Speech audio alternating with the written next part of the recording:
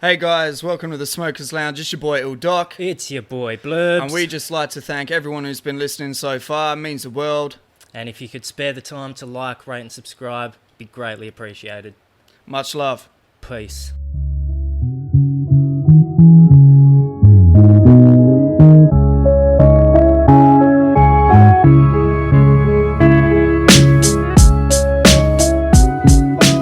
How many episodes have you done? 52? Yeah, it's just 50, 52nd, yeah. Sick. Do you always have someone here, or is it sometimes just you two? Nah, we do, I kind of go. Most of it's just us, I think. Yeah. 3/4 probably.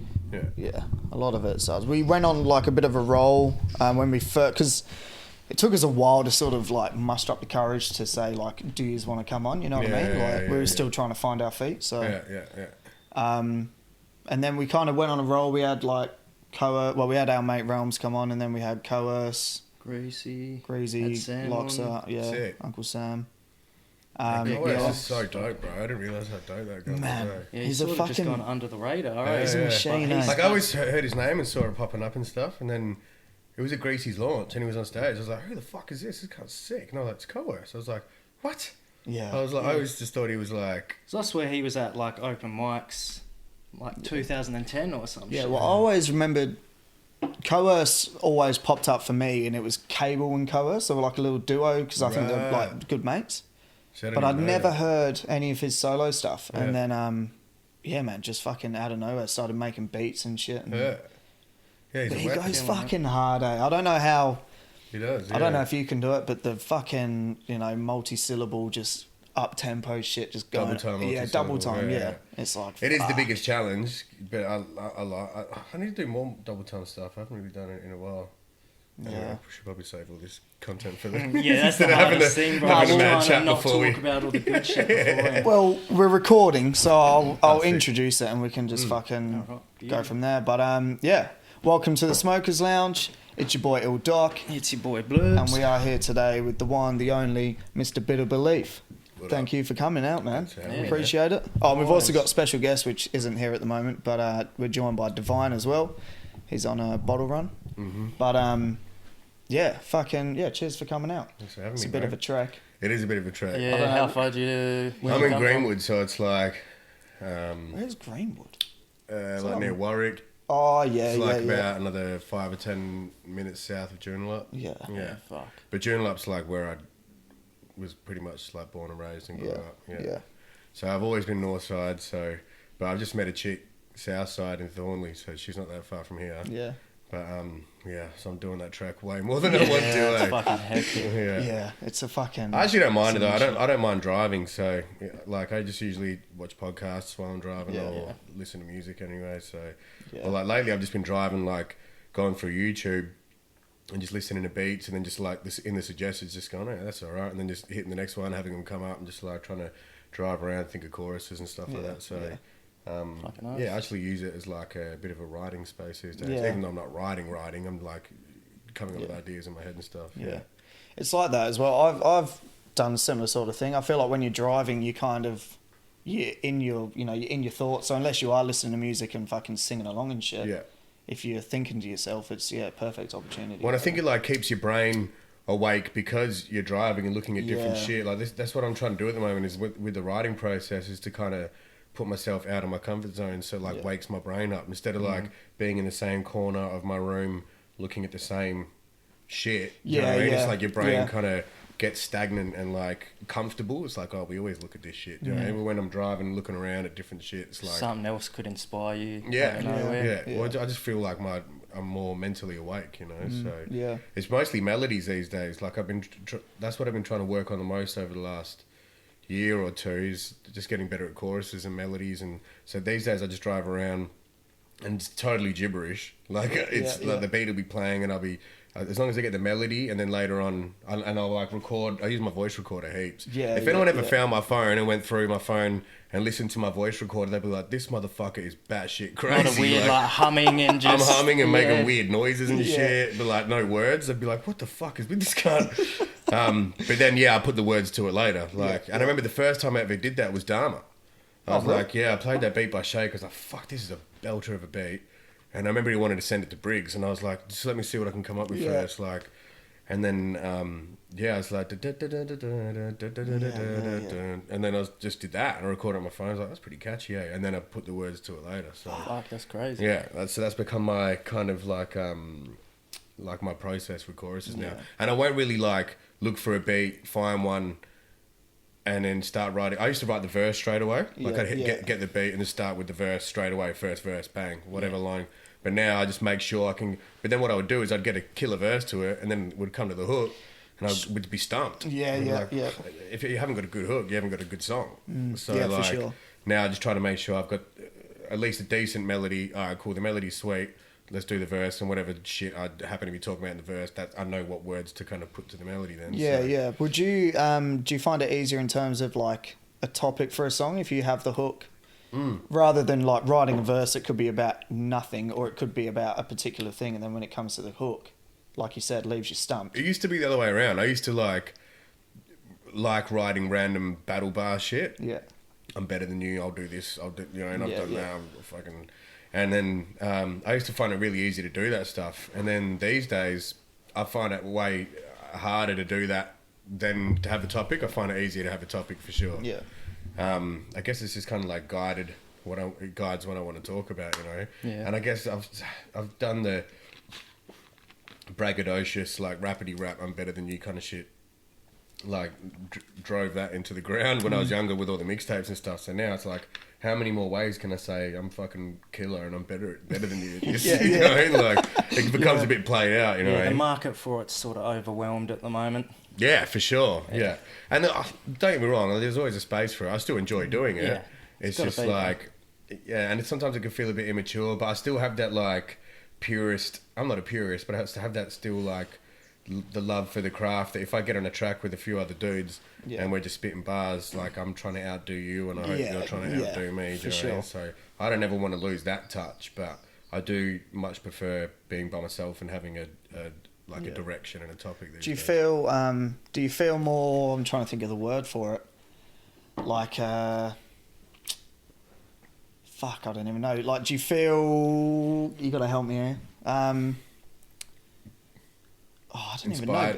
No, not inspired. Like writing a song that is more of a structured song, rather than like you were saying, just battle bars. Yeah. Do you feel more like not achieved? Not that you've like achieved something, but like.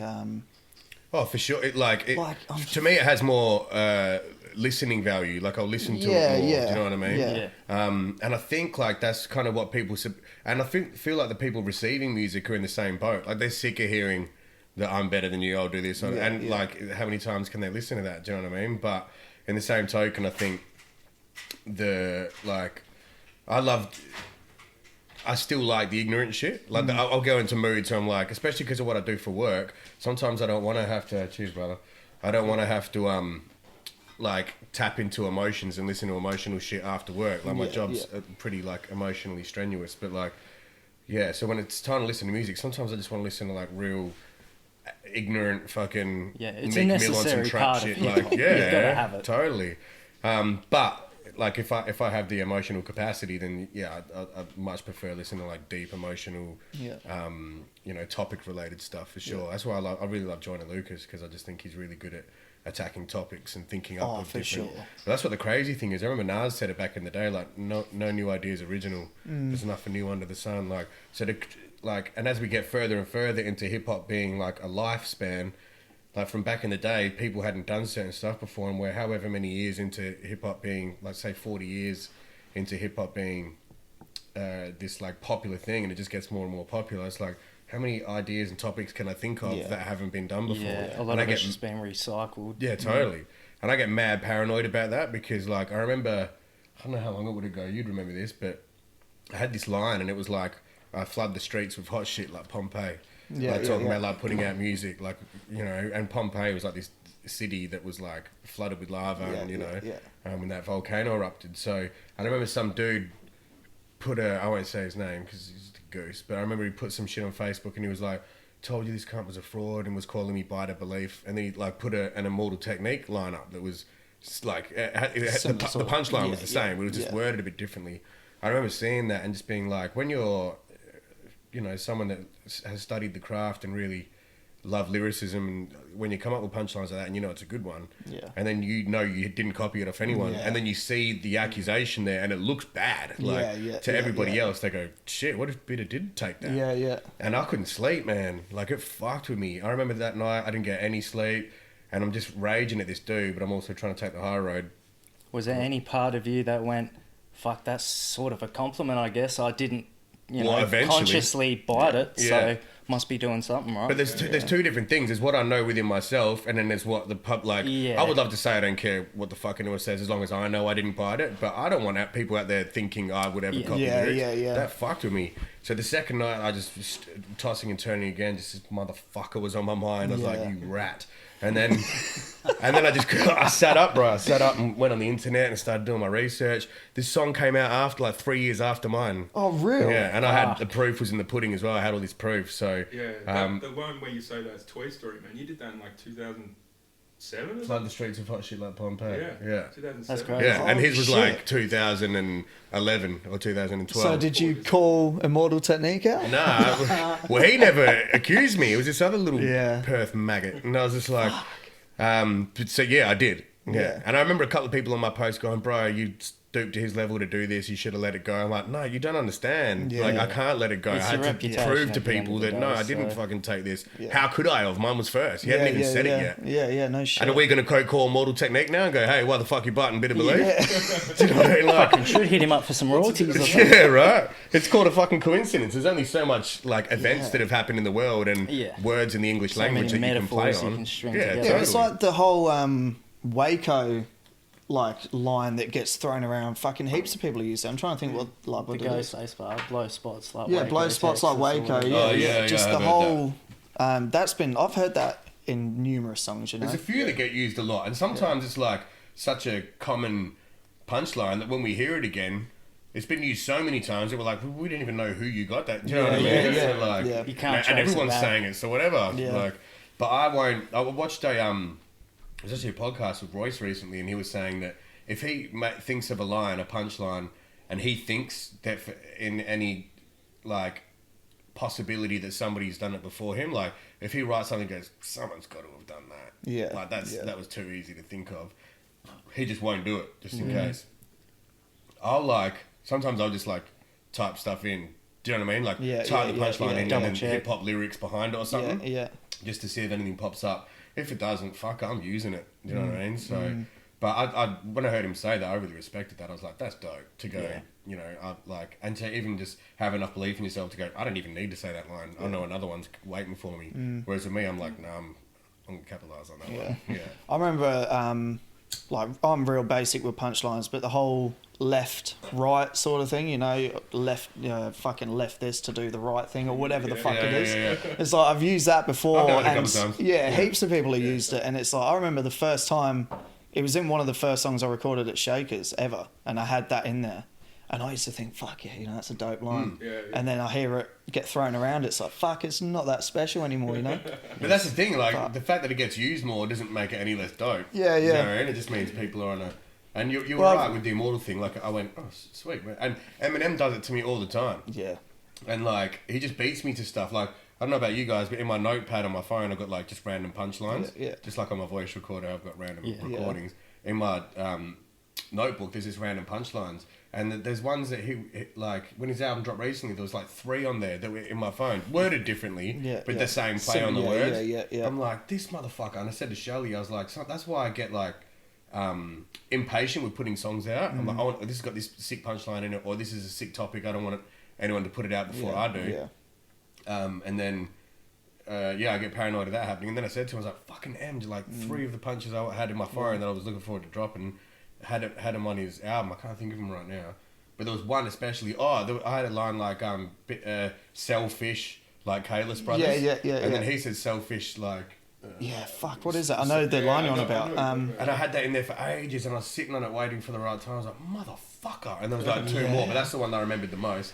But Sheldon said, he was like, dude, think about that. You're thinking on the same level as fucking Eminem. No shit. You know? And so Eminem's probably the worst person for it as well, because he's rinsed every fucking simile and metaphor that's ever existed. I don't know how he still comes out with shit. So... But yeah, it's a good point. Like it's a compliment for sure. Yeah. Got to beat him to the punchline, so to speak. It's Throw that in the fucking bar. yeah. So it's I struggle. I personally struggle with like battle bars and punchlines. Yeah. I don't know why, but Have you ever battled before? No, I've not. That's why. He's real good with them.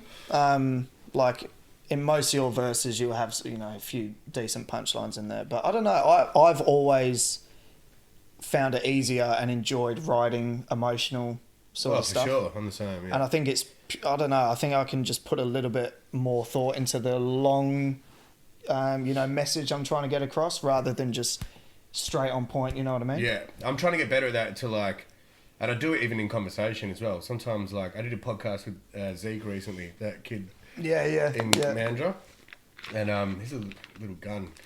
And it was a sick little interview, but when I watched it back, I was like, I repeat myself a lot. Like, I'll say something and then I'll reword it straight after and say it again in a different way. And sometimes I drag things out longer than they need to be rather than having a short, concise answer that just covers it. And it's the same with writing. Like, sometimes... Like he's a bit the same. Like I don't really like sticking to a 16. I don't feel like I can fit everything I want to say in a 16. Like I'll usually just got keep to going. Finish at this point, so it's got to tie everything up. Since I'm talking about this, I better cover this as well. Yeah. But I'm trying to get better at just like condensing it and being able to squeeze it all into that 16. But I also feel that it's I remember there was this argument between Joe Budden and. In the studio and they're arguing over the length of the song. Joel Ortiz, yeah. And Joel, I could see both sides, but Joel Ortiz was like, this is my 16, I'm happy with this being a 16. And Joey, Joey's like, he wants to do the 50, 60 bars. Yeah. And he's like, I have more shit to say. I've lived however many years on this planet, I've got all this shit to say. You can't cap me at a 16. He goes, everyone does 16s. And he's saying, but that's not how it has to, like, it can be whatever you want it to be. That's your canvas. And I remember, like, learning from that, but also believing that as well, and it's the same with me. But I'm definitely trying to get better at condensing into 116. I just fucking did it again. And if you're 32, keeps you, you're interested the whole way through. Yeah. The same as a 16. Yeah. Should make a difference. Yeah, but that I suppose is the issue. Is a lot of people just write fucking 10-minute songs. We've done it before where we've just all had 2-minute verses. Yeah. It's like no one wants to hear that. Yeah. Well, look, but it's like you said, if you can keep it engaging the whole time, then for sure do it, Jake's like that in a lot of doing the whole like getting a message across in just like a few words. You know what I mean? Like he's just one-liners, one-liners, but then it's like perfect for it. Yeah. Like just keeps it mad simple. Doesn't have to like drag it out. But it's just like what's that? He's got like these 2 lines, and I'm like, they're some of the best braggadocious lines I've ever heard in my life. Like he's really good at the braggy shit. He's like, my bag different, my swag different, my wife Beyonce, I brag different. That's perfect. Like. If anyone ever said that to you, you'd be like, all right, sweet. That's checkmate right there. I feel like that's most of his bars are like just trying to say a whole lot of shit in like 2 or 4 bars or something. And he does it all like perfectly. Yeah. I think part of that might be his process of writing. Well, he doesn't even write. Yeah. Like he does, and I don't know if you guys know, but Cortex is the same. Like he uses the same process where he'll kind of record as he's writing in his head. So he'll have the beat playing, come up with a couple of lines, and you see him walk around going, and then he'll stop the beat. Yeah, I've seen that on his little High Fridays and shit. And then he'll think of lines off the back of them, couple of lines or whatever. It's sick to watch. It's a fucking pain in the ass to write with him though, because you want the beat to keep playing. Yeah. So you're trying to write, start, and he keeps stopping and recording. And you're like, yeah, dope, but stop it. How'd you go with like your second verses? Because I always struggle with second verses. So I usually write, I haven't been writing many 3-verse songs these days. I don't think many people do. I kind of been sticking to 2. Yeah, I was going to get back to that as well in terms of like the structure and what you were saying about condensing your material into like 16 bars or whatever. Yeah. A lot of, not just hip hop, but like a lot of other genres, say Tame Impala, for example. He was saying, I forgot what his name is, Kevin... whoever it is, the lead dude, Tame Impala.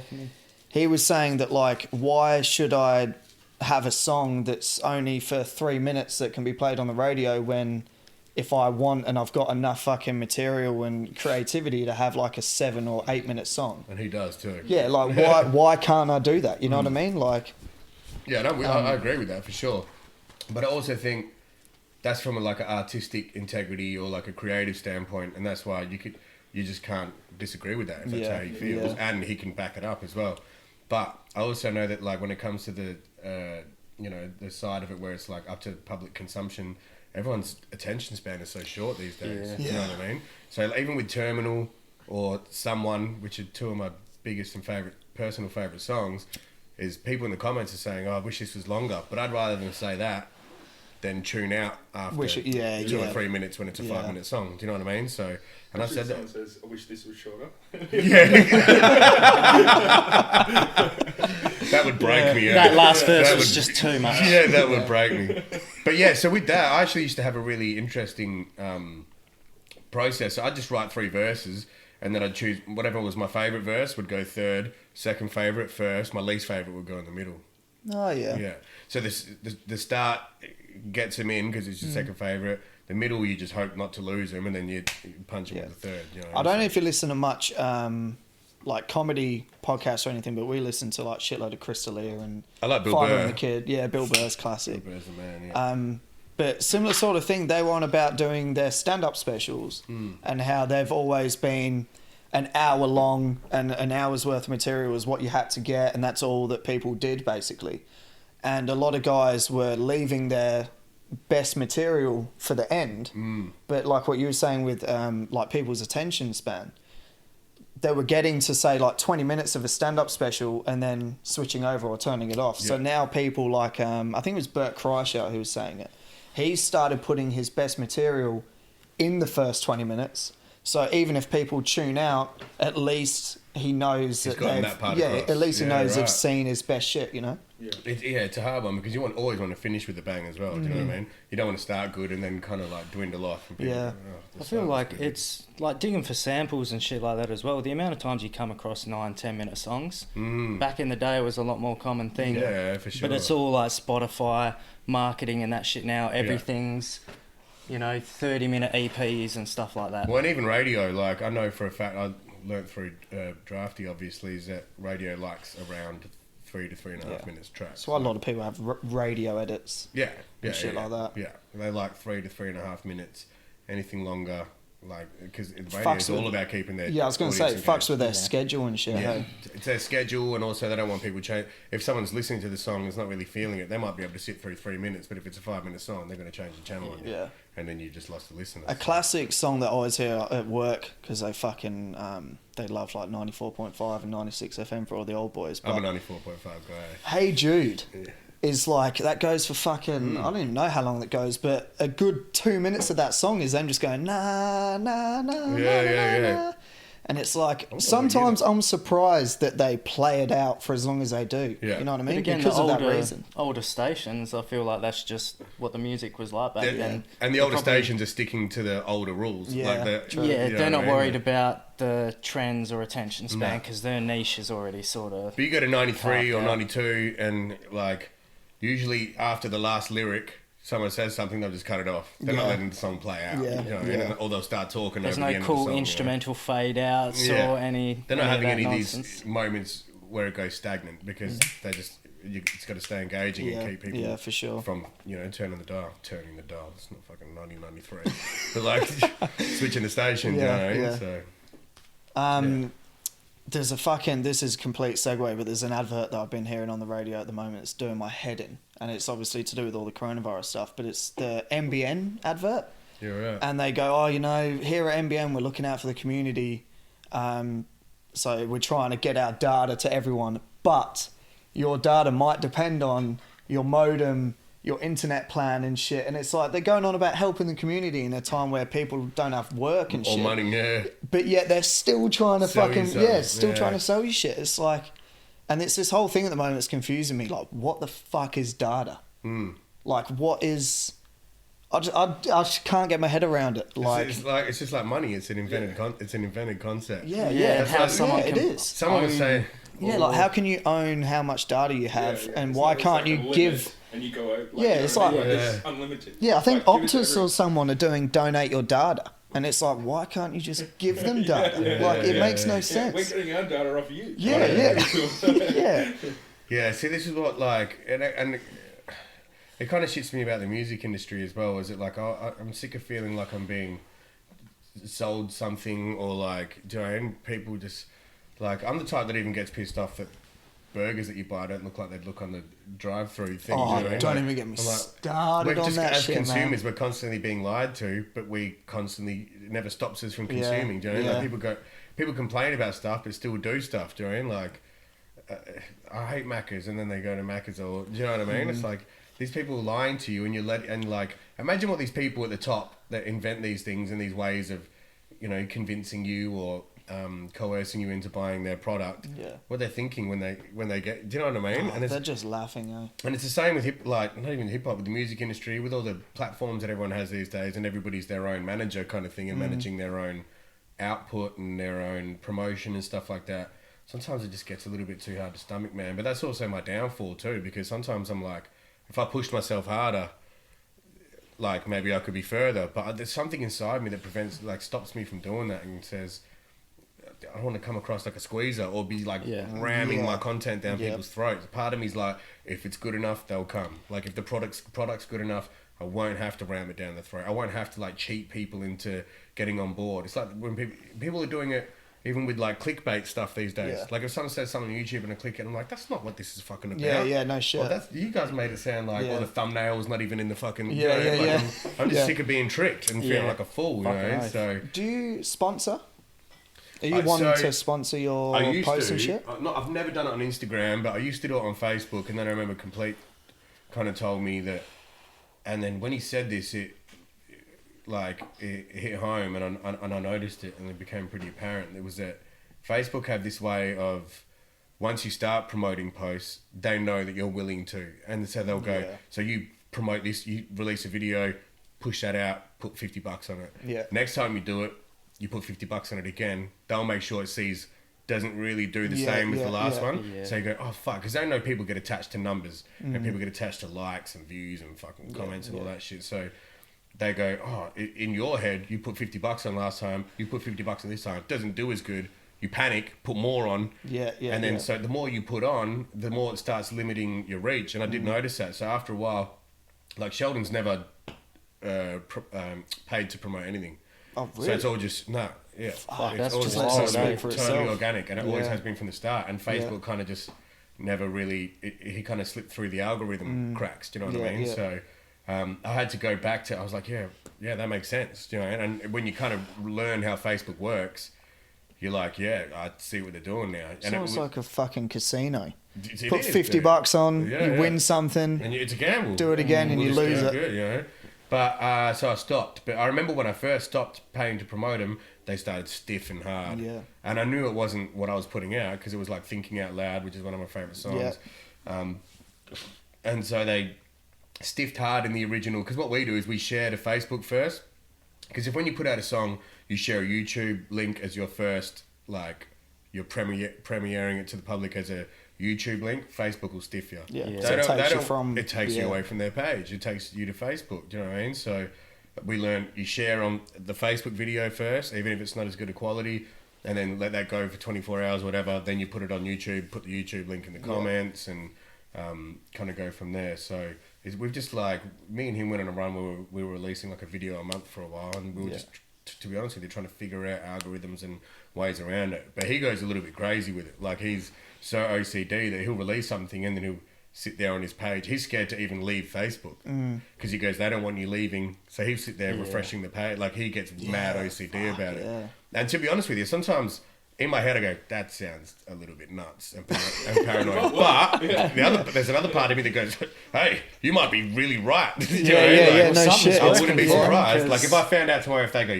this is what I'll be like, yeah, cool, I'm not surprised. You fucking pull the wool over every other eye that I've got. You know, so... Well, aren't there places in, like, China and shit that are made, like, they've just got like 100 phones and they're just viewing shit just like over and over again? It'd be like the equivalent of bots buying shit on the computer and stuff like that. There's ways buying of followers and all that that shit. band that did the Spotify album, and it was all just silence, and they got all their fans to just put it on when they went to bed.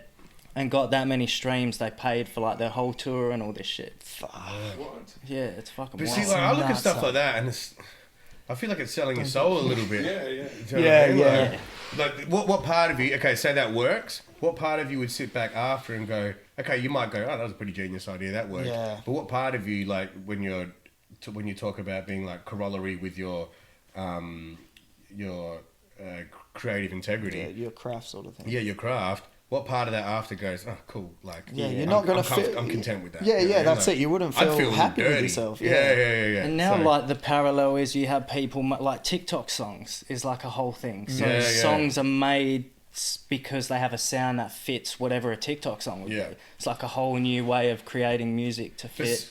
see, this is why I'm a weirdo, because I wouldn't do it, and like I would feel cheesy and corny doing it. But like that new one Drake put out, that Tootsie Slide or whatever. Yeah, I was just about to say that. I watched it and I was like, "This is genius! Like, what a Yeah. what a smart cunt!" You know. I feel So- like he's made that for, like you were saying, for that audience. Totally. The whole, right I foot knew up, straight left away. foot slide. It's Yeah. like you're making a dance because you know people are going to do TikTok, and in these times as well. Yeah. Yeah. All these kids are at home with this time on their hands doing TikTok shit. I've got a 16 and a 15-year-old sisters, and they did it. You know, Yeah, and yeah. it worked. It went viral, and that fucking Carol Baskin song did the same. Like, Man, so it like, fucking does my head in. My missus, like, she went through. Yeah, she's still going through this whole TikTok phase. Yeah. And the amount of times I've heard that Carol Baskin song, bro, I fucking blow my brains out.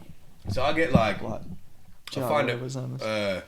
yeah, I get torn with it. Like, I find it perplexing because part of me is like, I get it and it's smart and like good on you, but the other part of me is like, it's just like, it's not selling out, but it's like getting a cheap laugh. Yeah, it's Yeah. an You're a integrity comedian, thing. do you know what I mean?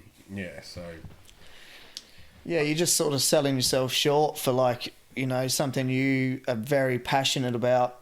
yeah, If making music and creating music is what you've wanted to do and what you've been doing for years, why would you start making shit that's that's aimed specifically towards getting views and for the sole purpose of getting views, not for the fact that someone actually enjoys your music. totally. You know what I mean? Well, and then like, in the same token, at what point do you stop being a musician and you become a businessman? Yeah, exactly. Like when you're worth like 150 million, which I think Drake's worth around something like that. Like, are you just how much does your integrity really matter? Yeah, I don't know. I'm not yeah. in Drake's head, you know what I mean? So I suppose it's also how far you have to veer away from the original product you're making. yeah, His music sort of fits that vibe anyway yeah, exactly. to some yeah, extent. totally. So, If you could do both, yeah. you're laughing. Yeah, like I said, if you don't have to jeopardize your creative integrity and you can do that and still be staying true to the music you want to put out, and like I don't listen to that song and think there's no part of me that feels uncomfortable where it's like he's reaching really hard.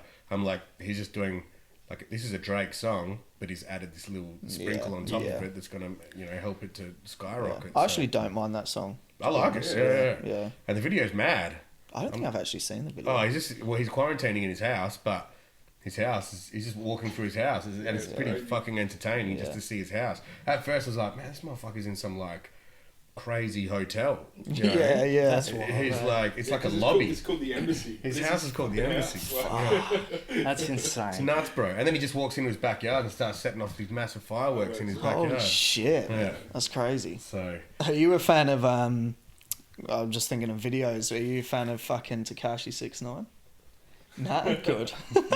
I don't know if you've seen it. today, or- Yeah, he's Yeah. released a new video clip and it's just a bunch of chicks just fucking twerking with just fat asses. Yeah. It's pretty entertaining. I don't But, see how Watch. I don't see how he's going to be able to kind of reintegrate. come back from that's I How don't does know. he- and That's he's- what he's gonna doing. not be Sorry, shot, so like- I do know how. That's what he's going to do now. So before it was like on some gangster shit. He can't appeal to that to that audience anymore. Yeah. Because he did he broke the one like this cardinal sin of snitching. Snitching, yeah. And now he's out. So and there was rappers that he was snitching on as well. So I'm pretty sure anyway. Don't hold me to that.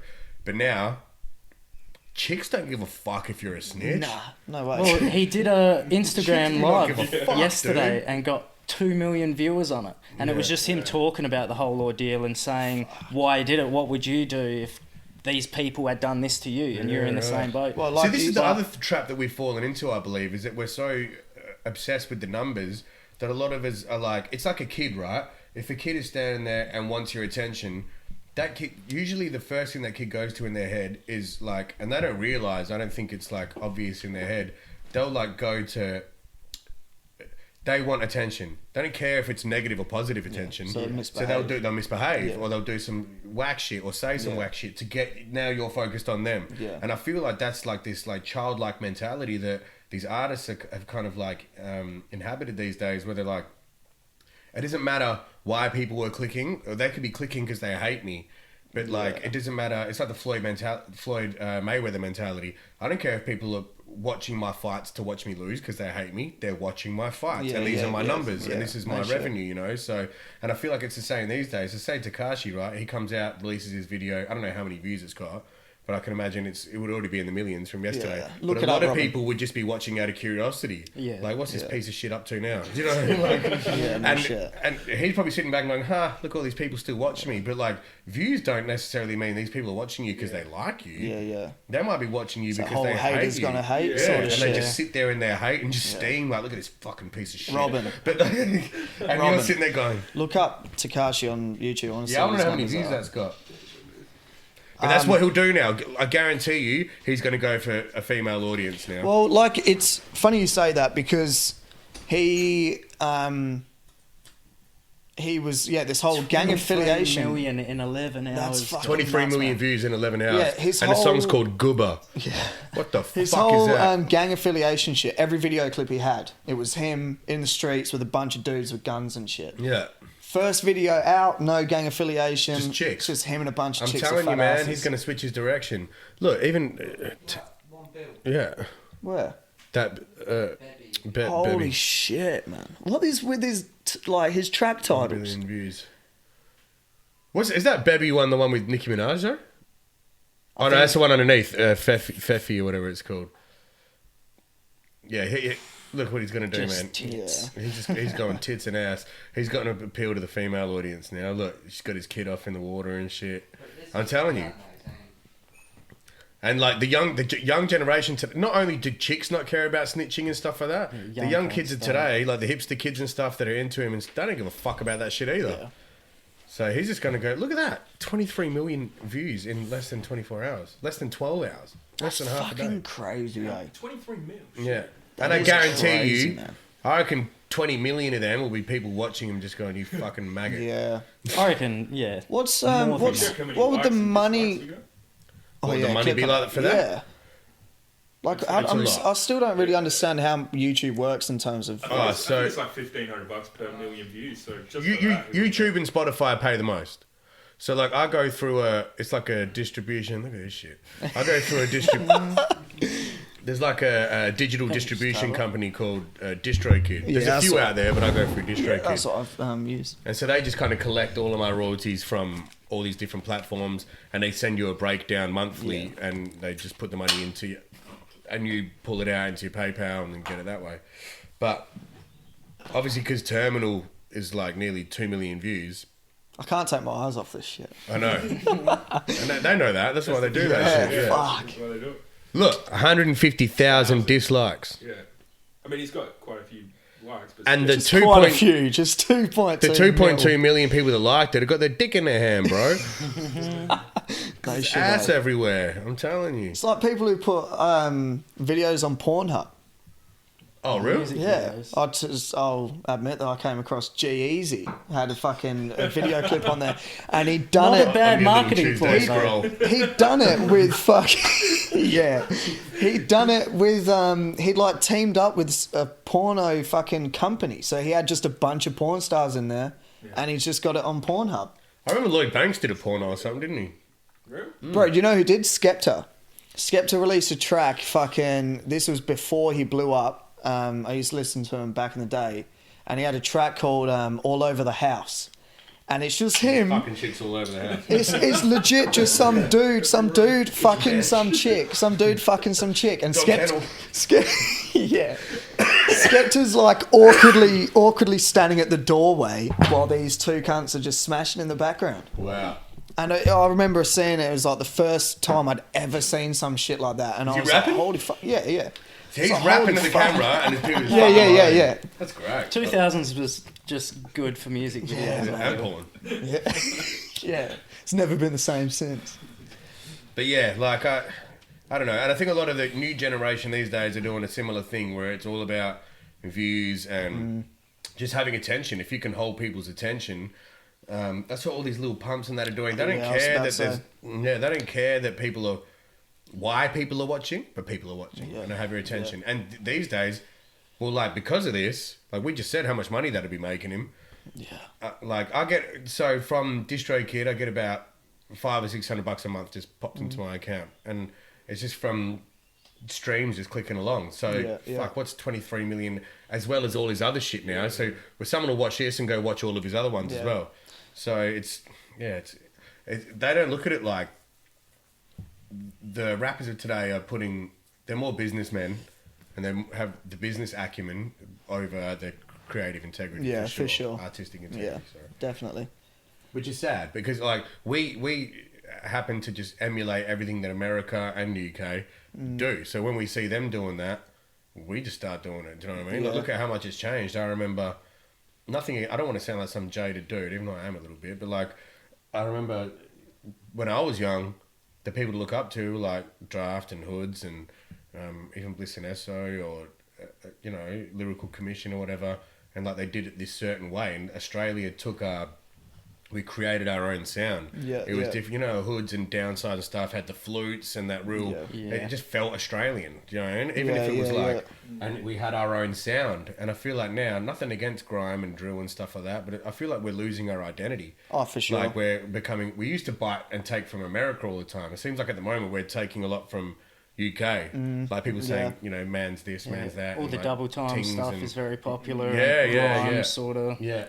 They're rapping on double time beats, but not really double time. They'll like say a line, leave all this space, say another line, leave. And it's actually clever because like they're simplifying raps to the general public who don't like. A lot of the time, people don't really know if they're not rappers what you're doing technically. That's what I always thought. Yeah. Like I sit there breaking my balls in my head, going, "This isn't technical enough," or like trying to do things technically. When the average listener that's listening has no like it goes over their head anyway. Yeah. They don't know that you're doing this pattern or this multi here, or you're bringing it back to what you know what I mean, or like you're setting this up, or they don't know the work that goes into making everything be what it is technically. They're just receiving it. Yeah. And the more stripped back and easier it is to receive, the easier it is for them to receive. Yeah. So I remember J. Cole saying something ages ago. I think it was like just after he released Cold World, and he mentions like how he had to sort of dumb down his lyrics to some extent just so the average Joe could understand what he was getting, like what he was trying to get across. Yeah. And that's what Jay is really good at that. Yeah. There's a few rappers that are really good at that. That's what we were talking about before, like with the simple lines that get your message across, but you don't even have to say anything. Much at all, yeah. And even the Drakes of the world, like, that's why 60 was real popular here, I reckon. He had that real simple, same flow all the time. He was kind of like one of the first to, in my opinion, one of the first to take what was blowing up in America with the snapbacks and all that sort of shit. Yeah. And bring it over here and incorporate it into his own style. And I think that's what worked for him so well. And even when he was rapping to the dubstep stuff? Yeah. He was doing that, no one was really doing that. So, but like, I just miss Australia having our own identity. Like there was American hip-hop, UK hip-hop, and then I feel like Australia had our own thing, and now we're doing grime and we're doing drill. We're very... sort of setting our ways in terms of like not what I consider Australian hip hop, but like you say, Australian hip hop had its sound, and now it's lost in terms of like a lot of these Australian artists who are getting fucking all the views and the sort of hype behind them on your radio stations, Triple J and all that sort of stuff. I listen to it and I don't go, it's hip hop, don't get me wrong, or it might be grime or whatever, but I can't put it into the Australian hip hop as what I know Australian hip hop to be. Yeah. And sometimes I just think, there's artists that don't get the recognition or don't get the sort of promotion and publicity that they deserve because they aren't making the music that gets the views and gets, you know, all that sort of shit. And I said before, I'm jaded, and that's exactly why I'm jaded. Yeah. I listen to, like, and not to big note myself, it's not even just me, it's a lot of my constituents and peers as well, that, like, when you listen to that stuff, you're like, oh, this is like, you know, they're garnering all this attention, and I get it. You know, like, to be honest with you, some of it is like a car crash. I'm like watching it and I can't stop. Like, a lot of my finger's off the pulse these days, man. Like, someone will bring someone up and I'm like, I haven't even heard of him. And then they're like, oh yeah, they're doing really good, and everyone knows. I'm like, I'm just not really listening anymore because of that, because of what you're saying, you know what I mean? So yeah, I just think that that's why I'm jaded, because I go, man, I would wrap circles around 90% of these dudes, if not more, do you know what I mean? So that's what's good about people like Wombat. I got to admit that even Wombat, do you know what I mean? The social media stuff is kind of similar to the stuff we're talking about. I don't think he squeezes that hard, but he can rap. Do you know what I mean? Like, he can really, really rap. So I kind of can look past all the other stuff. You know what I mean? So yeah, as long as you can really, really rap. It's like, you know, it's like being a boxer and you're out here at the press conference or the weigh-in talking all this shit. Yeah. Do you know what I mean? Getting everyone, yeah, as long as you can. If you can get in the ring and back it up, that's why I didn't mind. I loved Muhammad Ali. He's one of my favourite athletes, if not my favourite athlete of all time, but because he could back it up. Yeah. And at first, Mundine, everyone hated Mundine. I was like, well, he's kicking ass. Do you know what I mean? So well, it doesn't anymore, but things like that. And I feel like it's the same. If you're going to be out there on your social media pushing yourself like that, if you can back it up with some sick raps, that's all I care about. Yeah, for sure. Is there anyone that you are sort of like fond of at the moment in terms of like upcoming artists or anything like that? Like Perth, Australia, America. Yeah, just in general, like anyone you've sort of stumbled across and think, you know. Perth, I'd say, I really like Greasy in Perth. Yeah, Greasy's dope. Greasy's like, he's a throwback, and that's what, I'm glad that I've kind of come back around to this, because I was going to say it before, because of what I do for work. I'm a youth worker, I work in a youth centre, and I built a studio in this youth centre, and I record kids rapping and chicks singing or whatever, people playing guitar. But the rappers, they're all like boom bappy. Like all these kids that I'm like sitting down to work on these songs with, they're all like picking boom bappy beats and talking about graffiti and shit again. I think it's going to come back around, man. Remember when Flares came back in like the year 2000 from like 1970? I feel like it's kind of like fashion. Like shit might come back around. Like, I feel like maybe it was getting a bit stagnant. People were sick of the same sounds, so they're venturing out in all these other places, and eventually people are going to go, oh, remember this? And like the next generation are going to come back to this. Because it's not old for them. It's not played out. It's kind of new again now.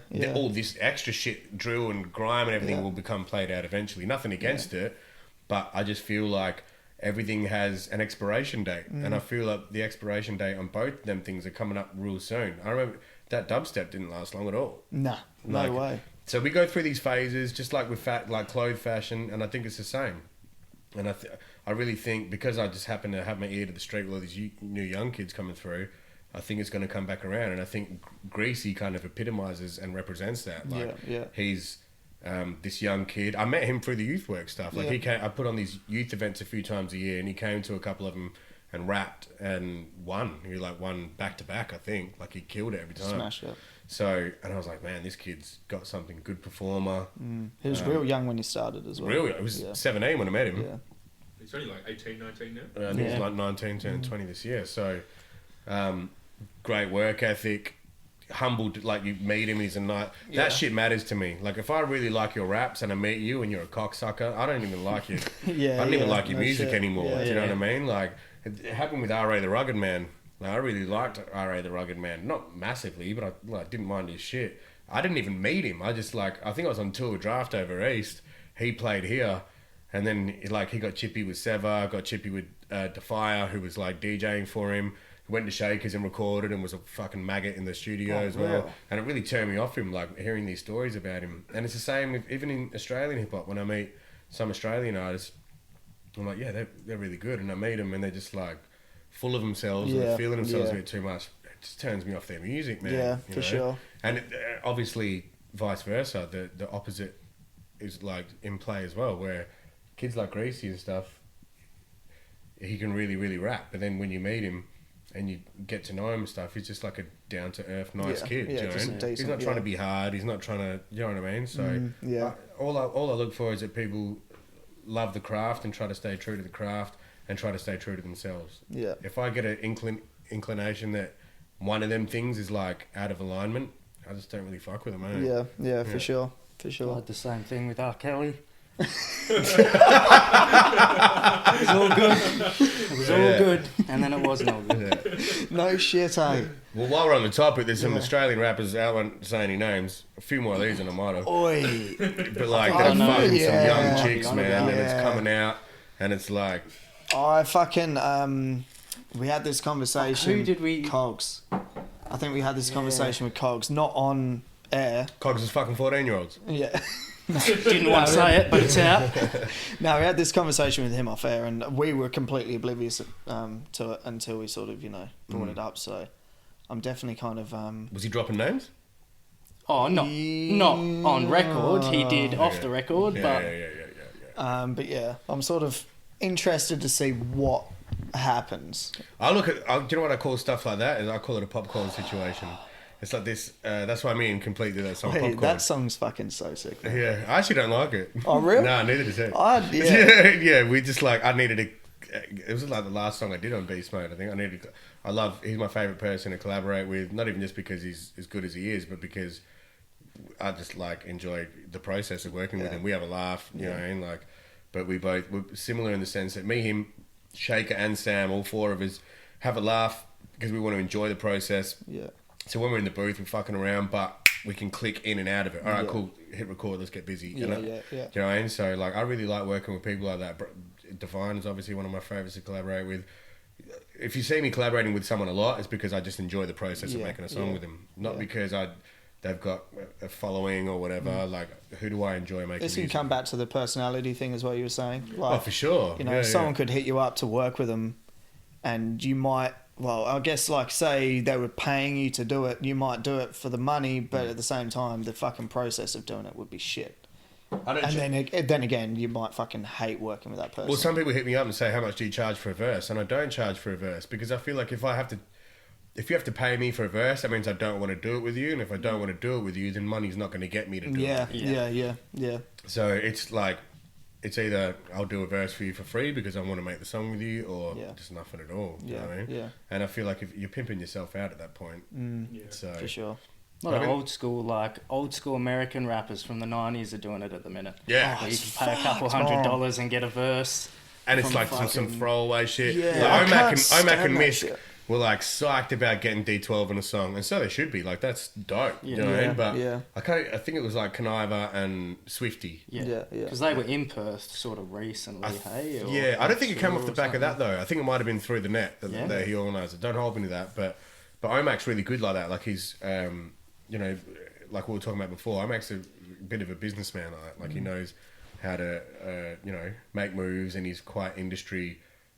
He's knowledgeable when it comes to industry. He knows how to, work the mechanics of the industry. So, but he organised that, and then you hear that. I remember he showed me the song, and he was psyched about it. And like I said, so he should be. But I was like, you guys killed them.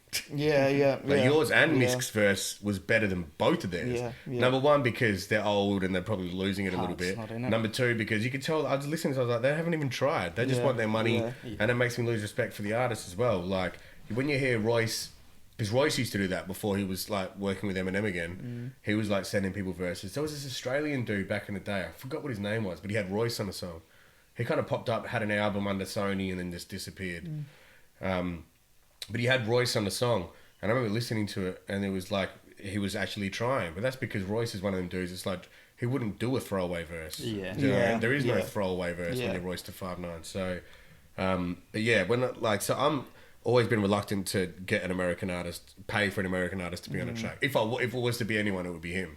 Yeah. It would be Royce for sure. But you can pay for a Royce verse, by the way, as well. But it's like 10 grand now? 50 grand. Is it 50 grand? So like, that lightest song killed us. He's not going to give you a throwaway. You know what I mean? Yeah. That's the same thing he was just talking about. But I remember back in the day, grand, Yeah. on the galleries, not self-titled. What's that motherfucker's name with AOTP that sings their hooks?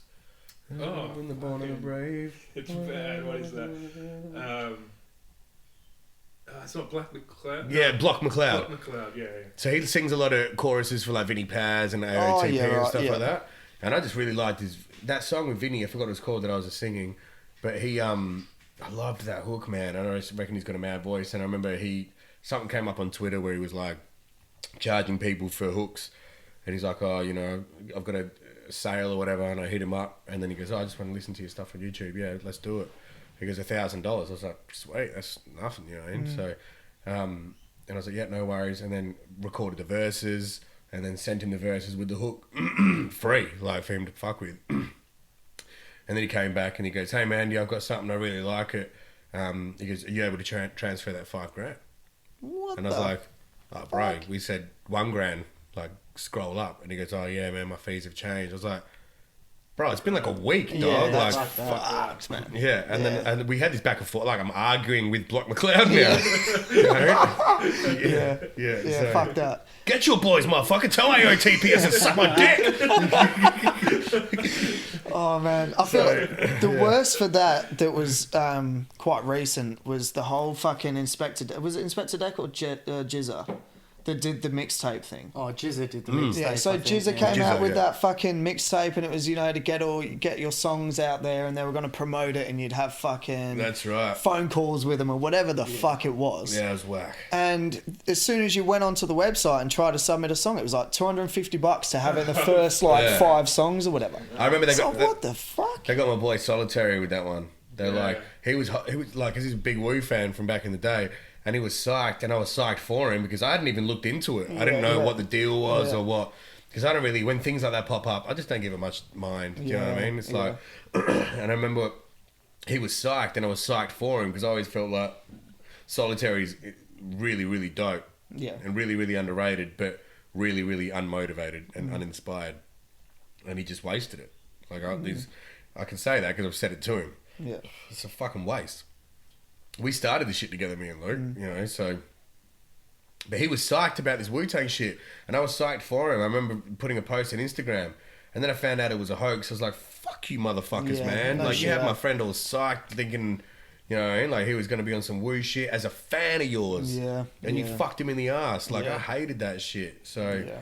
But it just goes back to what we were saying before. That's like, I don't know, do they call it, is that clout chasing? Or whatever it is, like trying to get... It's just like money grabbing shit. Like, it's like a scam. Trying to use these deceptive methods with people that have invested in you and supported you over the years, and you're going to kick them in the crotch. Like, and it wasn't even like, there's 10 songs on there, so you know you're going to get heard. It was like they were releasing volume 1, 2, 3. And the like, thing of paying for 50 placement tracks, it's like, sort of suggests that Jizza's even not gonna get the actually views. ever listening to it. To go, this one will make it through. They're going, he paid this much, we'll put it here. They might not ever listen to the song. Well, I remember this fucked up thing about that was like, I remember it was like, pay $250 to get your song on the mixtape or whatever, but it was like, pay $500 and you get your song at the first 10 songs or something like that. You know, when people first start hearing it, it's like who fucking cares if you're gonna make an album or a mixtape or something? Like, order it in a right way so it's an album or a mixtape or something. It's almost as if flow through. It's almost as if they knew. It's almost as if they knew that people weren't gonna listen past 10 songs. Exactly. So they were like, "Fuck it, we'll get the money to put it on there, but we'll give these people who want to pay a bit more. We'll give them bump them up a little bit." Yeah. See, and that's just like. For someone, it's manipulation. Of all the people you should manipulate, it's not the people that have had your back for years and supported you and pumped money into your pockets and put food on your table. You think you're gonna manipulate these people now and make them feel someone like Jizza as well, like, you know, Wu-Tang are known to have came from nothing to make it to what they are now.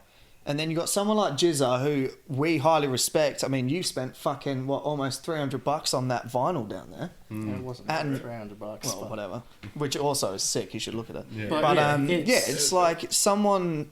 You'd think they'd feel for these people who are, you know, sort of no-name artists or whatever, trying to get out there, and yet they're still taking money from these people. You know what I mean? Like, where's the love and the support for people who are in the same position that you were once in? And this is why I love meth, because that's a fucking horrible. Wait, pause that. Just gets you going, man. That leads to my next question. We getting a When I bag smoke or what? meth, it makes me forget all this shit. No, this is why I love Method Man, because I feel like he never really adopted. Because when you even RZA doing that fucking album that he did with what's that, Martin Shkreli or whatever. Oh man, I was talking about this the other day. Not Martin Shkreli. What was the producer's name? Oh, Silver Rings. Silver Rings. Yeah, the $1 billion album or whatever. the Yeah, fuck it that was. shit. Like He that was the dude who bought it though, eh? Shkreli. Shkreli's on the Yeah, border. yeah. Yeah. Fucking But even idiot. that was like it felt real. I just felt like it deflated the, this glow that everyone has around Wu-Tang, where they're just like this thing that you look up to and have this like profound amount of respect for. And then they pull some shit like that, and you're like, what the fuck are you doing? Yeah. And that's why I loved that. I don't know if you've seen that 6-part documentary series about Wu. Yeah, of Mike's and Men. Yeah. I watched it on the plane, and they're all sitting in like a cinema watching memories and shit. That's why I love that shit and that's why I love Weirdest name as well. That's why I love Method Man because you could tell in that doco all the shit that I was sitting there disagreeing with. Meth was candidly saying I wasn't feeling that shit, and he was falling out with them because he was like trying to stay. What's the word? He was trying to stay. Real to himself. For lack of a better term, like real and going, no, why are we doing that? Like, what the fuck are you doing? Who's this dude? Why are we making an album Why are our we doing fans this? can't Yeah. listen to? Yeah. And why are we selling it to this guy who just bought all this farmer shit and pumped it up by like 15 whatever percent? Like Meth, stayed true to his authenticity as a human being, and that's why I love Method Man because he was clearly the best rapper out of all of them as well. Oh fucking hell. Yeah, so Him I and feel like he's Ghost. Close. Him and Ghost. Yeah. See, I always maybe I need to go back and listen to some Ghosts because I hear people. I was listening to the Joe Budden podcast the other day, and they were doing their top whatever of all time, and Ghost was in there for all of them, and like American crew really love Ghost, and Wu fans. Ghost is always up there with them guys as well, so maybe I need to listen to go back. I think need to go back. Don't and get me listen. wrong. Method has Don't understand half of what he's saying. His But it slang sounds Real dope. random bars, eh? Yeah. His slang's just you can't comprehend. Palm trees in the car keys, like what the fuck? I think Wait, what? Why are there car keys in the palm trees? Like, I think the thing with Method Man that puts him just a little bit above the rest of them is that he's hands down the most consistent. super consistent. And he's got the just flow wise, he might be one of the dopest Right. MCs of all time. His cadence. Yeah. I think Black Thought and Method Man have the best like cadence on a beat of all time. Yeah. Black Thought's a Like fucking... Eminem is obviously, but like the way Black Thought and Meth find a groove in a beat and just sit in that pocket like beautifully and just ride it out. I love that shit. When I can just fall into that pocket with you and just like flow like that, I really love that. And that's what like sometimes with Royce he pisses me off because he does this flow every now and then that I really don't like, where he falls off bar and shit. Yeah, he does. And He I really does. don't like, and because when I hear him rap on bar and like be He's so good tight at that and it's flow, polished, Yeah. when he kills it like that, and I'm just like, Just stick to that. just do that, bro. Yeah. Yeah. But I know what he's doing. He's trying to experiment and do different shit as well. Some so. people can pull it off. Some people, it's just kind of you just it's hard to listen to, and especially because you write bars, so you understand I can how hear what it he's- works and yeah. how to write your flow and all that sort of shit. And it's like, sometimes you just hear it and it's like, man, what the fuck is going on? You're just It's waiting always- for them to just get back on tempo. You know? But that could be my fault and my defect is that I like to sit in a space where my ears find it comfortable. Do you know what I mean? Like when I hear him doing that stuff and it sounds like a little left field and it feels a bit foreign. Like, oh, why did you end the bar there on the one rather than before the one or whatever? Like maybe I need to start venturing out more and not being like, I guess like confined to this like template that I've like automatically constructed myself in my own, mind. So, but yeah, he's definitely in my most influential of all time. You can hear it when I rap, man. You can hear it in my flow. Do you know what I mean? Like that Royce is like he's known me for mad years. I've always been like mad into Royce, and I always said the only person that could fuck with Eminem on a song is Royce or Crooked. Now, no, I've heard Crooked on a track with him, but apart from that, I've never heard anyone fucking. That's why the work's You know so what I mean? well Drink together. the water and baths in. Like, you know, they didn't come close, bro. Do you listen to much UK hip hop? No. No. Is it Stormzy, the accent, that's or? it. I fucks with Stormzy hard. Yeah. I really like Stormzy. I feel like Stormzy Stormzy just sick. has a universal appeal. He does. It's the man. You just nailed that. He's really universally appealing. Like he's got a real, and that thing that I said about being off the court as well. Like when he's not in his element, where he's rapping and being braggadocious and stuff like that. You see him in interviews and stuff, and he's real humble and real down to earth, and he's actually like a bit of a nervous, anxious, like weird dude, you know. And he's not like overly charismatic, where you know his charisma can carry him through an interview. You can see that he's a little bit awkward and he's a little bit off. And I like that, you know, because it to me it does represent humility. Do you know what I mean? Yeah. And to be honest with you, I've seen it at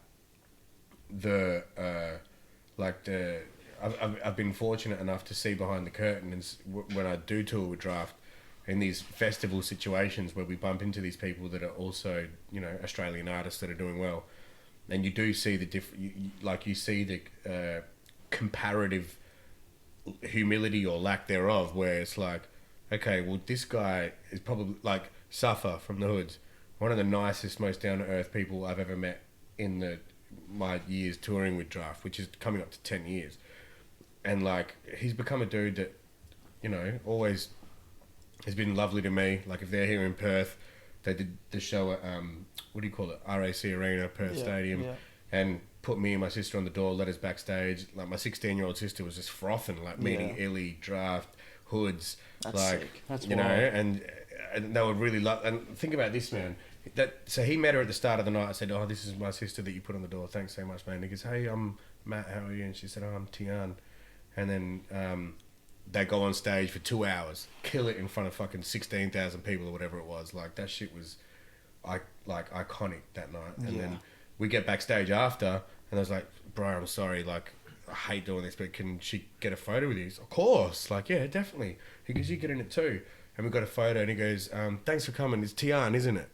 And like that doesn't sound like a big deal, but you met her at the start of the night and found out what her name was, and then you went on stage, clicked into focus mode. Yeah, had to remember all your lyrics. Remember your lyrics. You got 16,000 people in front of you. You're like captivated by this moment that you're witnessing and being a part of, controlling, if anything. Yeah. You come off stage and you remember my sister's name.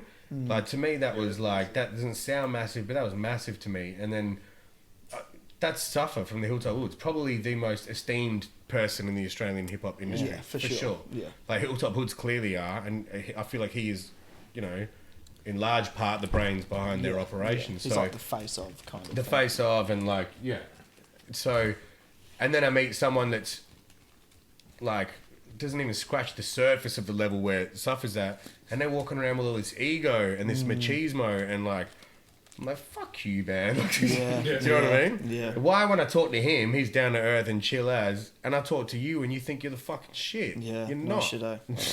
You're just not. But I remember having this conversation with Shaker where he was like, I think once they get to that level, they realise that this is not everything. I'm not Suffer, I'm Matt. Or I'm not Drapht, I'm Paul. Yeah. And they like settle into this sense of security, I guess. But then there's these dudes that are like on the ball, like on the precipice of popping off. Yeah. And they're like, this weird ego comes with it. And I don't understand it. Man. There's quite a few people in the scene at the moment that are definitely going that way about things, and it puts me off them.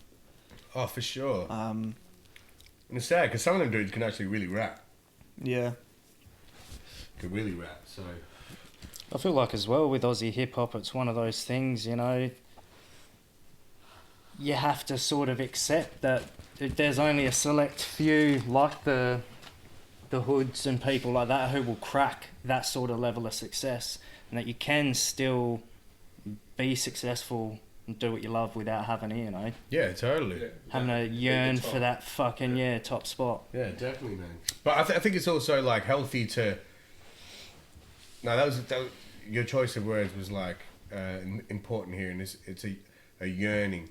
I feel a yearning for it is okay, but like the desire to attach to the desire of it, I think that's where people really go wrong, because when they start getting like a little bit of a following or a little bit of a buzz, they automatically like place themselves in that like box or in that category, and you're not. Yeah, you still got a couple of tears to go. You got plenty of tears to go. You got a whole fucking day's worth of crying to go. Yeah, heaps of tears. Yeah. So, yeah, I know I come across jaded sometimes, but I don't care because it's real. Like I'm not gonna sit here and act all like it doesn't affect me, because it does. And like I used to just try and take the high road and not say certain stuff. But I'm like, fuck it, if that's how I feel, that's just what I'm gonna say. You know what I mean? Like, I think it's a different thing as well. If you create, it's a different. You know, it's obviously what you grew up with. You're passionate about it. If you're sitting on the outside and then you're starting to, you know, hate on shit, it just... Well, put it this way, right? Like, I feel like the narrative has changed. And so when kids message my Bitter Believe page on Instagram or Facebook and stuff, it used to be, how can I get better at rapping? And now, like, the intention of why they want to be good, or it's because they want to be big and they want the acknowledgement. So it's like, how can I get my name out there? How can I be famous? How can I get known? There's like, what are you asking me for? I'm still trying. There's no, like, fucking hell, you're not talking to, do you know what I mean? there's no, cursor, I'm fucking, I don't know, bro. I haven't figured out the formula. It's almost as if people want a cheat code. There's no, like, a lot of people now that are sort of up and coming, or, you know, trying to make it or whatever, there's no, all right, I'll put music out there, see how it goes. I'll keep working at my craft and fucking, you know, putting in the time and effort to get better and let my music speak for itself. It's kind of like, all right, I've made one song. I think it's good enough because it's a grime track and everyone loves grime. So I'm just going to put it out there and try and get people to make me big without actually doing fuck all. Well, and then they'll put it out there and it doesn't pop off, and then they're confused as to why. A lot of it as well, I've noticed... Wait a minute, I thought this was the formula. I thought that's what we're doing. This was the one. Yeah. And like with this, it comes back to like the sort of the SoundCloud rappers and that kind of thing. It's what I was saying about the whole old school Aussie hip hop and what I think is Aussie hip hop, and then the people who are getting the recognition. A lot of those... I've kind of forgotten where I was going, but like a lot of those artists... I completely forgot what I was getting at. But yeah, anyway, let's just fucking skip that. Do you smoke weed? No, I don't, but a lot of years of smoking weed has fucked my memory. That's normally That shit my never job. comes back, Forget man. the questions, Yeah.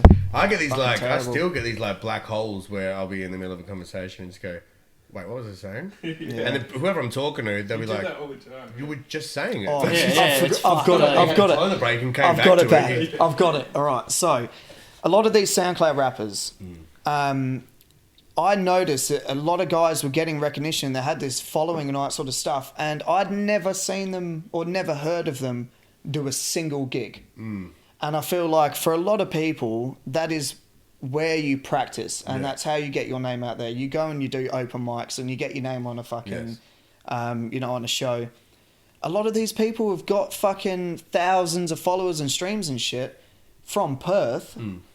And it's like, I've never fucking heard of you. Who are you? I've never seen you at a gig. I've never seen your name on a flyer. Yet you've got fucking 50,000 followers getting all these streams, and you think you're top shit. And it's like, I think because I've done shows and I know a lot of people in, you know, sort of the Perth hip hop community kind of thing, when I see those kind of guys, it's like I distance myself from them, because it's like none of these people who I respect trying to do it myself. None of them know who the fuck you are. So it's like, I don't know, it's weird. It's just weird, like, I feel like they're separate these days. Like, there's the there's the social media thing and the online thing, and then it's like on court and off court. Like for basketball players, it's like on court is where all the magic happens and where the action is, you know, and where people are actually like getting their hands dirty, and you know, and like And then there's this like separate realm and paradigm where people are like can generate attention, like we were saying before, and it be, you know, and it kind of in their head amounts to this level of success. It's like, but you're not successful within the realm of the art form. It's like you're the starters getting the fucking team to win the playoffs, where they're all the bench who are just Instagram live and it, getting all the fucking followers. Totally. That's a good analogy, like that. But like, to me, the performance aspect of what we do is one of the most important. The writing, I believe, is the most important. But then, like, I can really like a rapper sometimes. But I was listening to this, like, I think it was 50 Cent just reading his book. I think Sever sent it to our group chat. And 50 Cent's talking about how Lloyd Banks and Tony Yo-Yo let him down because they never really grasped the business side of what they do. They never really pushed themselves hard enough. Like, other things took priority over, you know, like, if Lloyd Banks can rap his ass off, but he couldn't really, like, do the other stuff that I was saying before Omac's really good at to kind of push himself and get himself out there and, like, you know, kind of create his own career off the back of it. Yeah. So, but I just go back to the show. The show is where the people that you wrote for or the people that received it, they've come out to see you perform that live and, like, be part of that exchange of energy. Like, you're up there, they're down there. I always say that in my sets. I'm like, whatever you guys give me, I can give you in return.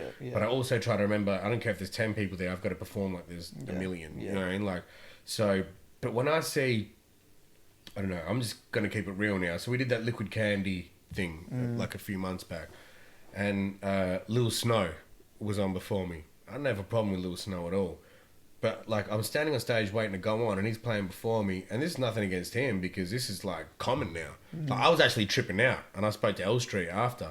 He's like, dude, that's the thing. That's how people perform these days. But they play their MP3s, like, they play the tracks. Oh, and they rhyme over with the their vocals own in it. Oh, man. And then they would do what, like, a hype man would do and just back up their rhyming words. Yeah. So they're just playing their... it's like an album listening party. Like, where you just play your tracks, you're showing people your songs for the first time, but you're, like, rapping over it every now and then. And that's not a performance to me. Like, a large part of it is being able to calculate where you take breaths, where you you know, where you can have a bit of a dance and run around and then catch a breath Even before just- your verse kicks in, and, like, it's all part, like, Even part just memorising lyrics when it comes to that. Memorising- Because they're just there for you. yeah, You know what I mean? that's Like, the you thing. fuck up, we'll catch the next one. So the reason I don't get too fucked up before I jump on stage, like, I'll have 1 or 2 beers. Like, I'm usually stone cold sober on stage. For Drapht shit, it's a bit different because the lyrics are so embedded in my head, and my job with Drapht is to just run amok. Have mad energy, run amok, and, like, have my back with the vocal, like, but they're so embedded in my head. I don't need to stress. It's like automatic. It's on automatic where I just go, I say these words now, and then run around for a bit, dance, like, go off Daz. I say these words now. But with my shit, I have to remember all my lyrics, so I won't do anything before I jump on stage. I might have 1 or 2, but to play your track, like, there's this, like, crazy luxury in that where you never have to worry about that. You never have to worry about forgetting your lyrics. Part of the performing is you're meant to be scared as shit before you do it. You're meant to be nervous. You're meant to be anxious that you're going to fuck up. They wouldn't have that at all. Sure. No. So you could go out fucked up, and they do. They get on whatever they get on, go out, and they could be as fucked up as hell. And it's like the people in the crowd like watching them just be fucked up rapping to their own tracks. To me, that's not a performance. Comes back to that whole cheat code. Like, It is a cheat code. you know, looking at it, it's like you said, they're not practicing, like, their breathing techniques and all that sort of shit, memorizing lyrics and everything. It's like, you just jump up on You're stage. just going out there and having fun. Yeah, the music's All they're playing. practicing It's like, fuck is it. the performance. So get out there and look as cool as you can. You know, but it should be like that. It And should I be think like But even then, Some like, of them don't even master that shit. Well, exactly. I was gonna say, They're even too then- fucked up to do it sometimes. And, like, I don't know, if he hears this, he's not going to like it. I don't care. But, like, even then, with him going out there and doing it, and he wasn't the only one that did it that night. He was just before me, so that was what, like, was apparent and noticeable to me. But he went out there and did that night, and they still didn't move as much as us. So we're running around and utilising the stage and the space more than you. I'm saying way more words than you. I've got to, in my head, remember where to take breaths and what my first line is, and I'm utilising the stage more than you. And I guess all that comes into that is experience. Like, I've been blessed and fortunate to have, like, all this experience up my sleeve from touring with Drapht, or even support slots and doing my own shit as well. So I think you're right. A lot of these dudes that are, like, quite popular online and stuff, they don't have the, like, organic I guess foundation of what everything is meant to be predicated on. Like, you know what I mean? All this success is meant to come off the back of your ability to do all this stuff, but you're cheating everybody.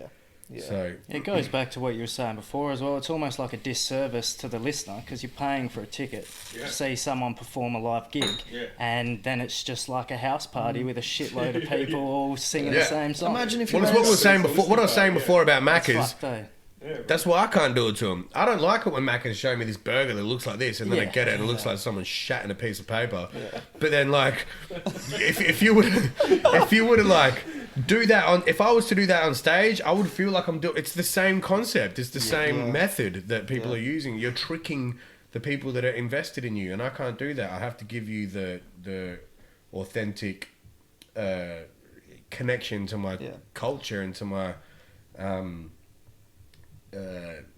Like it's a body of work that exists recorded on a track, but when you run out there, they're two separate worlds. They're two separate. When someone's listening in their car, driving along, they don't want you in the passenger seat doing your own backups. If you jump on stage, they should want you rapping to your instrumental. Yeah, definitely. His fucking song. Yeah. I want to see if he can do it. Yeah, and it's kind of like you want to see if they can, like you want to compare their live performance to their studio performance. And see how good they are at doing that. So you wouldn't want to go see a fucking 5-piece band and they're just got some music playing on in the background. Everyone went to go see Justin Bieber or fucking Beyonce or something, and they sound like shit. It's just not going to happen. Yeah. You know or like the because 5-piece band thing, but they're all sitting behind laptops and it's already written in. They're just pressing space and it all plays out. I feel like my goal is to have a live band. Because I feel like even just having a beat and plugging it in on a USB is kind of like not good enough. You know what I mean? I've been using a drummer. So Daz did a couple of shows with me, and then Daz couldn't do Liquid Candy, so my cousin came and played drums for me. Yeah. I don't know why I didn't get onto it sooner, especially after touring with Paulie and seeing but the difference the band makes. Obviously, he can afford it more than me, but if I can pay Daz or my cousin like a little bit of what I get paid to play drums, I'll never look back now. Like rapping with them drums, like you were out there with me, like the difference that it makes, and even the footage that I hear back, and them drums are just cracking, and they're just like really cutting through the mix. I'm just like, man, I'll never not. And I could feel it was making my tongue sharper. You know what I mean? Like I could feel like I was just like really playing off the drums, and it just gave it this new energy and this new feel. Just that other element. Just like the amount another of messages element. I got as well, it was just like you guys had the best set on the night, and we're the only people that had a live band. Yeah, for sure. And that might have been part of it, but I do feel like that was one of the best performances I'd ever done for sure. Definitely. I could tell while I was on stage, I was like, man, like I've seen like pretty much every one of your performances, but like this was fucking something else. I can feel that. Like you can tell you're just in the fucking groove. Because I like Room to Move. I like Metro City. A lot of my family was there that had never seen me perform before. So in my head, I was like, I got to show my family I'm shit. You know? And then the girl, my beautiful girlfriend Hannah, that I just met at the time, it's like the third or fourth time. When we met, she didn't even know what I do. I just met her randomly. I was like, I don't want to meet chicks through the music or using that platform anymore to do that. So I just went up to this chick and just introduced myself, and it all worked out. And then it was like the third. So she had no idea. She just thought she was coming to this. She's like, Metro City? You playing Metro City? And then she came. She was like, oh fuck, you're actually really serious about this, you know? So, but in my head, I'm like, I'm gotta show this chick that, you know, and like. So maybe that's what played into it, but I was just in the zone. Had a really good set. Yeah, it was a cool night, man. Really. I was gonna ask you if you have any sort of memorable sets throughout your career that have always sort of mine or just yours. Either whether it's you or Drapht or any kind of moment when you went, fuck, this is sick. I remember we did clips in Adelaide. It's like a car. That's massive, eh? Bro. And I think that's the most people I've ever played in front of before, and I think it was like 14,000. And I remember me and him come from different sides of the stage, and we just run out and we start running around, And I remember I was like, peace dude, have a good show. He went that side, I went this side, and I was just looking out going, and all I could see was people just the whole way back. And I was like, this is fucking nuts. And like, I don't know, you would think you would be nervous, but I was like, just more anticipation. Sometimes I would confuse my nervousness I confuse my anticipation for nervousness. But I was just like, I just want to run out there. And then when you run out there, you're just like, it became like really obvious and clear. I was like, how weird is a live show? It's all these people just watching you, Run around. watching two people, just 13,000 people there, 4 people here, and they're all just like, and you're just running amok. Like it's just a weird concept, you know. But I really, that was one of them. The Groove in the Mood tours went nuts as well.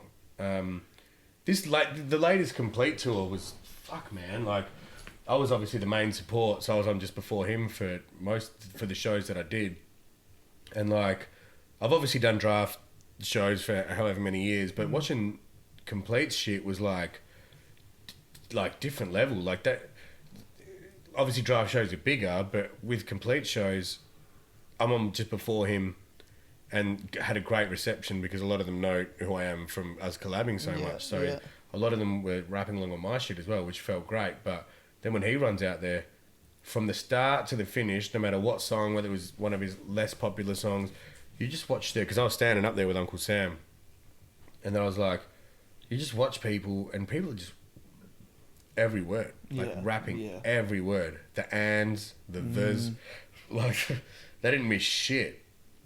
And that was nuts. That's like a cult. They got their following. breathing techniques down just as much as he does. It's word for word the whole time. If he needs a hype man, just grab someone out of the fucking Because sometimes, do you know what I hate the most? Because I was on stage before him, obviously, and then there's people that did know my shit, but there's plenty of people that didn't. Which to me, I don't look at that as a bad thing. I look at that as a great thing, because you didn't before, but you after here, you might go look, you know.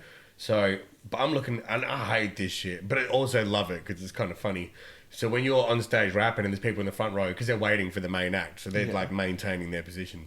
So you're rapping and they're going, and it's not what you're saying at all.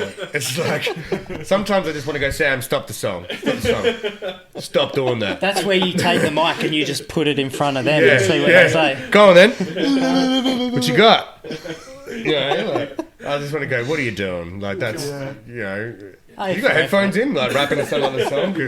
That's not my song. Reciting Complete's lyrics. Like, just getting ready. I was getting ready. Yeah. Ready for the main. But yeah, man, some of them shows were like my favourites I've ever done, for sure. Yeah. I remember you fell off stage at fucking Rosemount Hotel like ages ago. You were smashing back jugs or whatever. I think it was like Miss Set or something. You got up for a set and you fucking fell off stage. Can't remember that?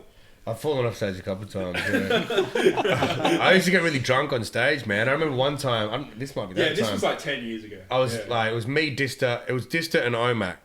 Rest in peace. Dista and Omac had a set, and it was like this. You know when they used to do them weird festival things at Rosemount, where there'd be the inside main stage, there'd be that one out the back in the beer garden, there'd be the other bar 459 or whatever. There'd be 3 separate stages. There'd be these weird little festivals. I think DJ Army put this one on. And me, Omac, and Dista were like... Well, Omac and Dista had a set because they just dropped a mixtape together. And they had this little set out in the beer garden. And they pulled me up for this song that we did called Unstoppable? Unreachable or something? Yeah. Unstoppable. And I jumped on the stage with them and I was blind. Like, I was blue. Like a dark navy blue. And then so I jumped on the stage. I had a whole jug and I was just drinking out of jugs that night. And I'm rapping and just drinking out of this jug. And then the jug was empty and I just threw it, hit some dude in the head. Like, but they're plastic. They're not glass. They're like plastic jugs. I was just ruthless. And then I ended up falling off the side of the stage. But yeah, and then there was another time with Porcelain. I remember I was on stage with her and fell off the stage pretty bad.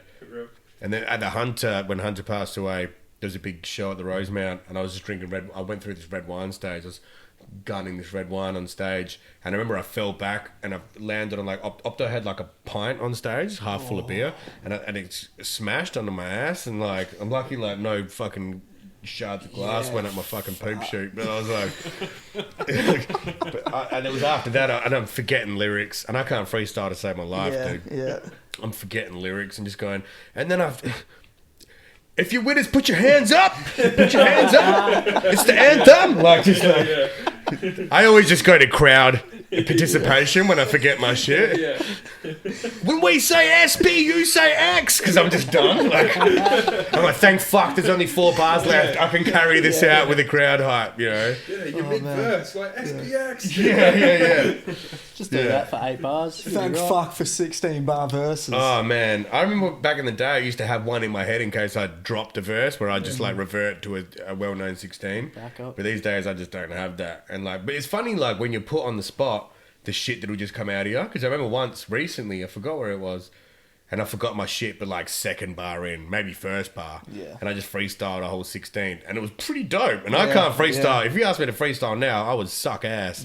But like, because something inside of me went, you better kill this shit. Or you are done, dude. Like, kill it now. And I did. And like, I was like, where the fuck's this coming from? Whatever. And just rolled with it. And I was like, all right, whatever. Fucking oath. But yeah, I usually go to the old crowd hype, but you can't just crowd hype a 16 like from the start. 16. Yeah, well, I say SB, you say X, SBX, SBX. They're just kind Another of 8 times. When I say we want, you say sex. We want sex. Yeah. Bro, and then they do that. That's 4. Yeah. What are you gonna do? Do that 4 times? You're a quarter of the way through. After a while, people be like, I don't really want sex anymore, man. Like, I don't hate SBX now. Like, fuck you He guys. keeps asking us what we want. We just want the verse from the song. Yeah, we wanted the verse, bitch. That's what we wanted. Oh, man. TPW, you never do this shit. Oh, fuck. Fucking on the SBX topic, like, do you have any hunter stories or anything like that? Or yeah, man. what hunter stories you can share on the podcast? Well, they didn't have a hunter story. That's a great question, by the way. But I've got 2 favourites. So the one favourite, I don't know which one I like more actually, but I'll tell them anyway. So the first one was, I'll tell them subsequently. So like the first one was, I wasn't even SBX yet. I was just a young dude just hanging around him, and I was actually like in the start I was closest with Daz and Opto. Like me and Drapht weren't even that close yet, you know. So and Tomahawk, me and Tomahawk were pretty tight. Yeah. And we did a album called Dragon Project. Yeah, Dragon Project, and it was me, Tomahawk, and Defier and Shaker. And so we'd been working on that, and Hunter was just frothing me. Hunter loved my shit. I remember me and Creed Birch did like a little set at the front room with a Heidi, and then we didn't know any SBX. We were just these like young dudes, and then we knew we killed it. Like we were like, that's a memorable set to me for sure, because we got off stage, Hunter came up, mad props, Daz came up, mad props. First time ever meeting him. Yeah. And then Drafto goes, boys, that was fucking dope. Boom, gave us daps. We got in the car heading home for a session, just like flying, just like, holy shit, motherfuckers! Like, we made it! Like freaking, like, holy shit, dude. And then, yeah, like Hunter was just like going on about me on his Facebook and everything. And then, like, after a while, I remember, like, we started, like, doing more shows. Like, Opto was putting us on more shows and stuff. And then we were at Defier's house one night, and, like, all SBX were chilling there, and I was there, and then Hunter was smashed. Nothing out of the ordinary, but, like, Hunter was like, Bitter Belief is SBX. And then Opto was like, well, dude, you can't just... Do you know what I mean? Yeah. This isn't the Cabbage Patch Kids. It's like where we've been established for quite long. Like you can't just do it. We've got to check in. And he's like, no offense, Bitter, but like, and I'm like, nah, it's all G. Like I'm just this kid, like, you know, starry-eyed kid, you know, wet around the ears, still just like, yeah, whatever. And then I just remember Hunts and Opto just going at it. Like Opto was like, I get it, Rob, I get it, but we got to check in with the rest of the crew. Like they've got this like criteria where they've got to just ask everyone, you cool with this? You know what I mean? Which is that should be, you know. Makes sense. Yeah. And I was like, guys, it's all G. Like, don't argue. Like, I don't want these guys arguing over me. I look up to them, you know. Yeah. And the Hunter's like, no, fuck that. Bitter Belief is the future. He's fucking SBX. Bits. You're SBX now. Rep it. And I'm just like, don't do that. Hunter, like, bro. And Hunter's smash. And then I was like, anyway, they start actually arguing. And then, like, I could see what Update was coming from, though. But, it was kind of dope that Rob was doing that. I was like, we'll go out for a cigarette. Me, him, and Tom are back having a cigarette. I chilled him out. We went inside. All G. And then a few months later, Drapht and Opto came up to me at Rosie and said, you know, you want to be part of the crew? And I was like, yeah, of course. So that's one. The other one is, I remember when he passed. So he's passed away. He's gone. It's fucked up. Everyone's like really hurting. And we do the Hunter Cup. So before, on our way to Melbourne, we stopped in Adelaide. Me, Opto, Grievous.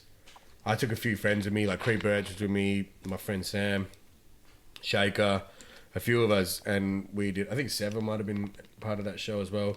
And we did this show in Adelaide, and then this dude comes up to me and he's like, "Oh man, I'm blah blah blah blah. I know who you are. I do reviews on albums. I reviewed Isolation, which was like my first album." Yeah.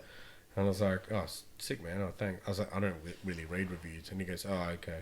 He's like, "Well, like I was giving the album props and I was really loving the album in my review. I really hated Party in Perth. Like I just did not like that song. I'll be honest with you now, my least favourite song of all time that I've ever done. I hate that song, yeah." So I agree with him. I didn't at the time, I don't think. I can't really remember. But he's like, "But I put out this review and I get this email." And he goes, and he was like an old school Aussie hip hop fan. He goes, "I get this random email and it said Robert Hunter." And he's like, "Robert Hunter?" And he's like, opens it and he goes, "Hey bro, just checked your review on Bitter Beliefs album." I don't even know if I was SPX when he would have done this. Isolation. Nah, but I was like becoming ingratiated with the crew, you know. So he's like, what he say? He's like, "Hey man, just checked your review on Bitter Belief and saw what you said about Party in Perth. You don't know what the fuck you're talking about." He goes, "Because guess what? You're not from Perth. You don't know that that's an anthem here. Do you know what I mean? Like you don't relate to it." And he goes, "Bro," and when I realised it was Hunter, he's like, "Man, one of my idols is emailing me, but he's rinsing me." And just like, and he goes, "For you, like," but like my favourite part of that story is that was the first time I was hearing it. Yeah, so like if you were out and about at the pub right now and someone was rinsing him and you stuck up for him, what would you do after that? You'd come home and tell him, "Hey bro, I had your back." Someone was down the pub talking mad smack and I told him fucking pull up, you know what I mean? So, but the beautiful thing about that was Hunter was so loyal and such a good friend that he didn't find it, like he did that and never came and told me, "I did this for you." That's like, that was my favourite part about the whole shit, was that like, yeah, this guy's telling me for the first time, and Hunter's gone. Like, I can't even thank him or say like, "Fuck, man, thank you. Like, you had my back before I even knew you, just because I was repping Perth and I was like, you know, this young prospect." So that would have to be my favourite, just because of the general nature of it, the fact that he did that without having to fucking, you know, blow it up and get his props and his flowers for it. He was just like, "You know what the fuck you're talking about? Shut the fuck up," basically, to this guy doing a review. That's easily the coolest story we've ever had told. Crazy, man. That's there was insane. another one when there was a gig at the back room at the Heidi, and Hunter was smashed, and he was out. Cortex has footage of it, and Hunter was out in the car park, shirt off, drunk. Dude, I was there that night. You opened up for Bliss and Essa or something? For Downside. For Downside? Wasn't Bliss and Essa playing it? Anyway, I remember though, he was... Fun Cause. Fun Cause. It was Fun Cause. Me and Porcelain did a joint set. Blow up fucking Blow up dick, yeah. Yeah, floating around and shit. Yeah, I remember that now. Yeah, I remember him in the car park just fucking going mental. No man. shirt. Yeah, no shirt. Who wants to battle the fucking king? Like, bro, supreme confidence. Supreme confidence. And Soma stepped forward. Yeah. Soma was like, "Yeah, I'll battle you, man." Like, you know, and then Soma and Hunter are going at it, and Soma's kind of winning. But in Hunter's head, Hunter's like, "I am grilling you. I am killing you, bro." And Soma's like, "Oh, I don't know that you are, man." Like, but Hunt's like, when he was drunk, his supreme confidence was like nuts, bro. Shit, man. Oh, that's fucking Holy killer. shit. Yeah, he was a very outspoken, confident individual. Hunter. Man, what I would give to like be like back then, you know, Oh, like, man, be around back then, going to those gigs and shit, like Yeah. I was super That's blessed. I feel special like I times. came in at a really special time. You know what I mean? Like nice.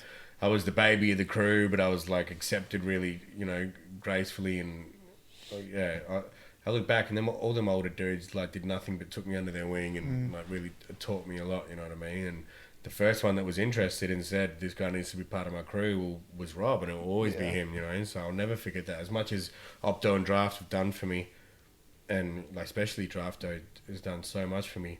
Still, the first person that said this guy needs to be, he's with us, was Hunts. You know, so it's crazy, man. And I even every time I talk about him, I feel shit, because I remember when he passed, I said I would always check in with Marley and Laura, and you know, and I haven't for years now, and that's. But I guess it's like, you know, what do they call it? Like being a prisoner of the moment, you know. it's been so long since he's passed now. Like they even thought of that until we bring him up, falls onto the wayside. Yeah. And people get busy, like wrapped up in their own shit as well. You Life know, goes on. Well, life happens. Sorry. But yeah, man. Actually, there's another one as well. I wasn't here for this one. And I think this is still on YouTube. You could probably find it. But Hunter, he hadn't been diagnosed yet. I think he's still well. Like he's still healthy in that.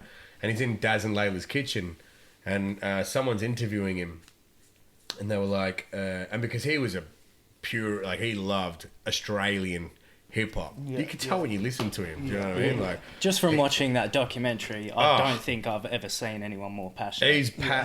He loved the scene. That's why he latched on to me. I remember he came up to me once. Here's another one. He came up to me once and goes, "Bitter Belief, you're not my favorite." He used to call me Bitter Belief, like my whole shit. Like before we knew each other props, you know. And he's like, "Bitter Belief," and I was like, "Yeah." He goes, "You're not my favorite rapper anymore." Like just straight. The dude never held back, eh? And I was like, "Oh fuck." I was like, "All right, well, who is?" And he's like, "Creed Birch." And I was like, all right, cool, I'll take that. That's my homie, you know. So is Creed Birch still like making music? Not really, no. He's like, Creed's always been one of them people like who'll pick up a skateboard, just get hell good at skating, pick up a mic or you know, Fruity Loops, get hell good at that, and then he picked up a can.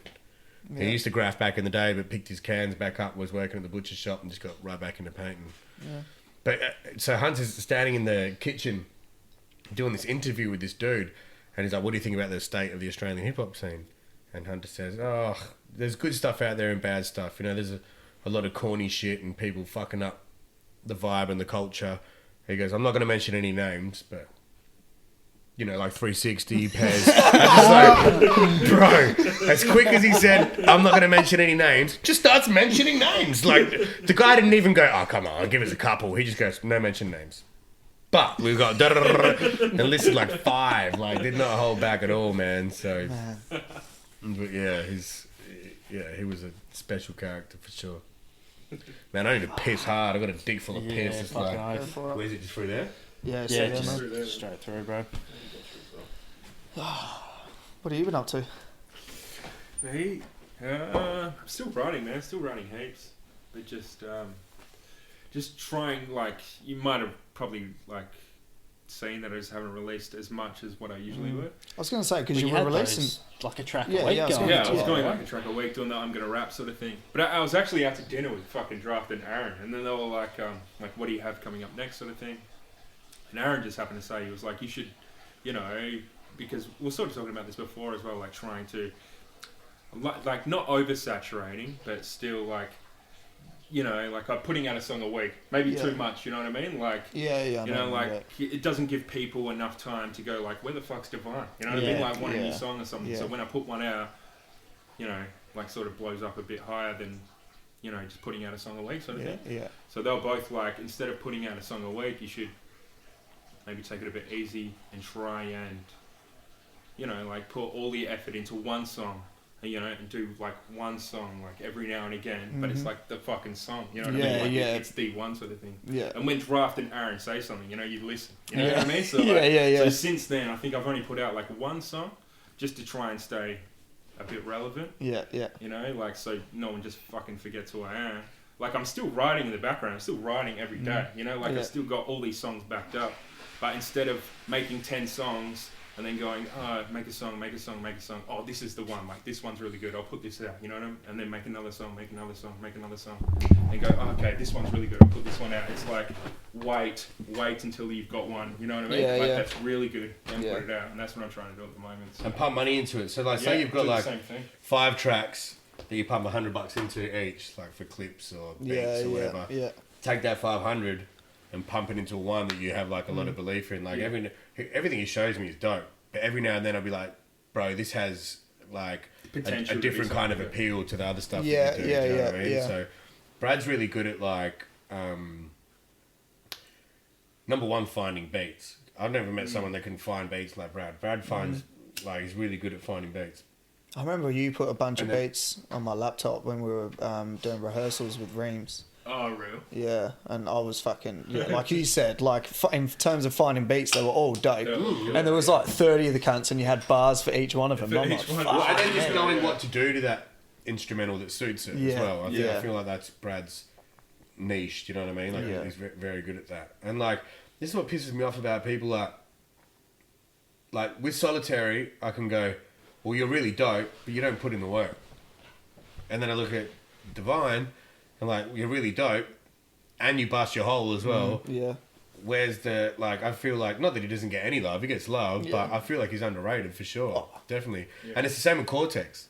Cortex, I feel, is probably, Cortex and Manners, in my eyes, are probably the two most underrated rappers in Australia. Definitely. Yeah. Yeah. I'd say Cortex number one, because the dude just, he's a workhorse. Yeah. He can make hooks and choruses. He can rap his ass off. He can drop punchlines, Yeah. deep shit, banging shit, makes beats, good performer. Videos. I just don't everything. like what's missing from this. But like, what's crazy is that he doesn't look at it like I do.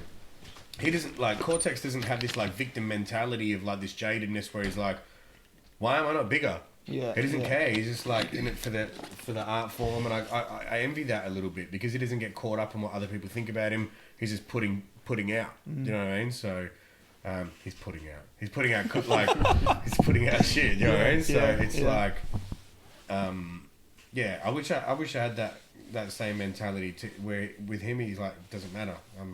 I'm a creator. I'm not a a public figure. You know when you go on people's Instagrams and they got like 300 followers and it's a public figure. Yeah. Like he's Yeah. he's not trying to be that. He's just trying to be a dude that just puts out content and just needs to show you what he's going through and how he's feeling and what he feels like doing at the time. Yeah, You know what I mean? yeah. So, but I'd say he's the most underrated artist in Australian hip hop for sure. Cortex? Yeah. I agree with that. Yeah, it's very cool. Well, you guys have got some stuff you're working on at the moment, eh? Oh, me and Cortex, yeah. Because you said you guys, I assumed like, yeah. So me and Sean, I went around there the other day and we just busted out a track in like a couple of hours, and it was seamless. And he was like, "Bro, that was easy. We should just do like an EP together while we're stuck in quarantine and Yeah. everyone's isolated and stuff." So we've got like 2 tracks. So it's me, man. I'm like, I don't know what it is lately. I'm losing my motivation and inspiration and my like desire to sit down and write. I don't did know see what you put the post up. yeah. So I don't know what happened, if it was just a general, because what happened was like November, December, January, I think I was blocked up. And I don't know what the difference is between being blocked up and just not liking what you're writing, or like being meticulous and particular with just not good enough. Yeah, I want to be better. So maybe I'm writing stuff that back in the day I would have settled for and it would have been alright, but now I'm like, it's not good enough now, we've got to step it up. Or sometimes I do stress and I worry that I'm like, is it gone? Have I lost it? Like, but Definitely haven't lost it. Yeah, I was going to say, from what you've been dropping, Trust me. it seems like so, it's but still it's there. like all it is like demons in my own head. You know, I say it in us, and my problem is simple. I listen to doubt. You know, and it's not anyone else's doubt; it's my own self doubt. So, I'm hoping I can get the, because I used to want to write every day. I'd get, but I think because what I was saying before as well with my job, my 9 to 5, I'm there all day, like accessing my emotions throughout the day and being emotionally available to the kids that I work with, and I hear all these stories that like I have to be emotionally present for. So when I get in my car and I'm driving home, and then when I get home, I just want to be like in a space of ignorance. Do you know what I mean? Where I don't like, I'm a little bit emotionally, depleted or a little bit despondent towards like talking deep shit. Well, the other thing is as well, let's be real, as rappers, our main thing is we're just fucking whingers. We just whinge about the shit we don't like. Like that is what hip hop is. Like, essentially. little fucking sookie cunts, So sometimes I like, no matter what's going on in my life, I'm in the youth centre, these kids are homeless and going through some hectic shit. Yeah. And then I get in my car, go home to write, and I'm like, how do I have the audacity to complain about what's going on for me when there's this kid's going through A, B, and C? You know what I mean? So, I think there might be like a numerous things kind of like factoring into what it is for me at the moment. But I've also been sitting on this album for like 2 years, so the songs are old. Like they're about my ex-girlfriend who I feel nothing for anymore. Like I got a new girlfriend now. Like the songs, I don't feel like that anymore. It sucks to have to put out music that you don't really relate to anymore. I know someone out there will, and that's why I'm still putting it out. But I listen to the songs now and I'm like, I don't like these. I don't relate to them. I know other people will, but I just want to, because I've got OCD, there's like 9 songs there. I just need one more song. Yeah. You know what I mean? So, and I just can't find one that works like in continuity with the rest of them. I was going to say, because obviously if it's 2 years ago, different headspace, like you were saying. How do I match? You know what I yeah. mean? So I have to kind of harken back to however I was feeling back then and try to, doesn't have to be about her, but just like capturing the headspace. The whole thing's real dark. Yeah. The next one's real dark and depressing. And I remember me and Brad got high like the first time I'd been stoned in ages. And we were like, I think I was dropping you off somewhere. Yeah, you just drive down my street, I think. Yeah. And like when I'm like if I'm not smoking weed at all, and then I smoke, and then I listen to music, I hear it differently, like on a different level. If I'm smoking every day, it's just like whatever. It becomes normality as well. But if I haven't smoked in ages, and then I have tokes of a spliff or have a cone or whatever, and then I listen to music, I'm like, whoa, like you hear shit you didn't hear before, or I can listen like it's not me. I can listen like I'm the other people receiving it, and I forget the process to making it. Because usually when I listen to my own shit, I can picture it on the page, or I picture me in the studio. Yeah. But when it's been a while and I haven't smoked weed, and then I smoke, and then I listen, so it had been a while and we smoked, and like me and Brad, now I think about it, I was definitely high, but I was like pulling over this hill, the sun's like setting over the ocean, and my intro's playing, and it's like real moody and like emotive. And like we were like mid-street as well. He just like puts on the brakes. And I just stopped and I was like, yeah, he's like, look at that. I was like, take it in, brother. Take it in. And then like dropped him off, and then driving home, I just listened to the album start to finish, and then I got out of my car, and like I was like, got out of the car and I like danced to the front door, and I was like, yo, I'm finna blow up, like this shit's gonna go insane. And then I listened again the next morning, and I was like, that's alright. So, but I was, when I listened, I was like, shit, this is dark, it's depressing, it's like real moody,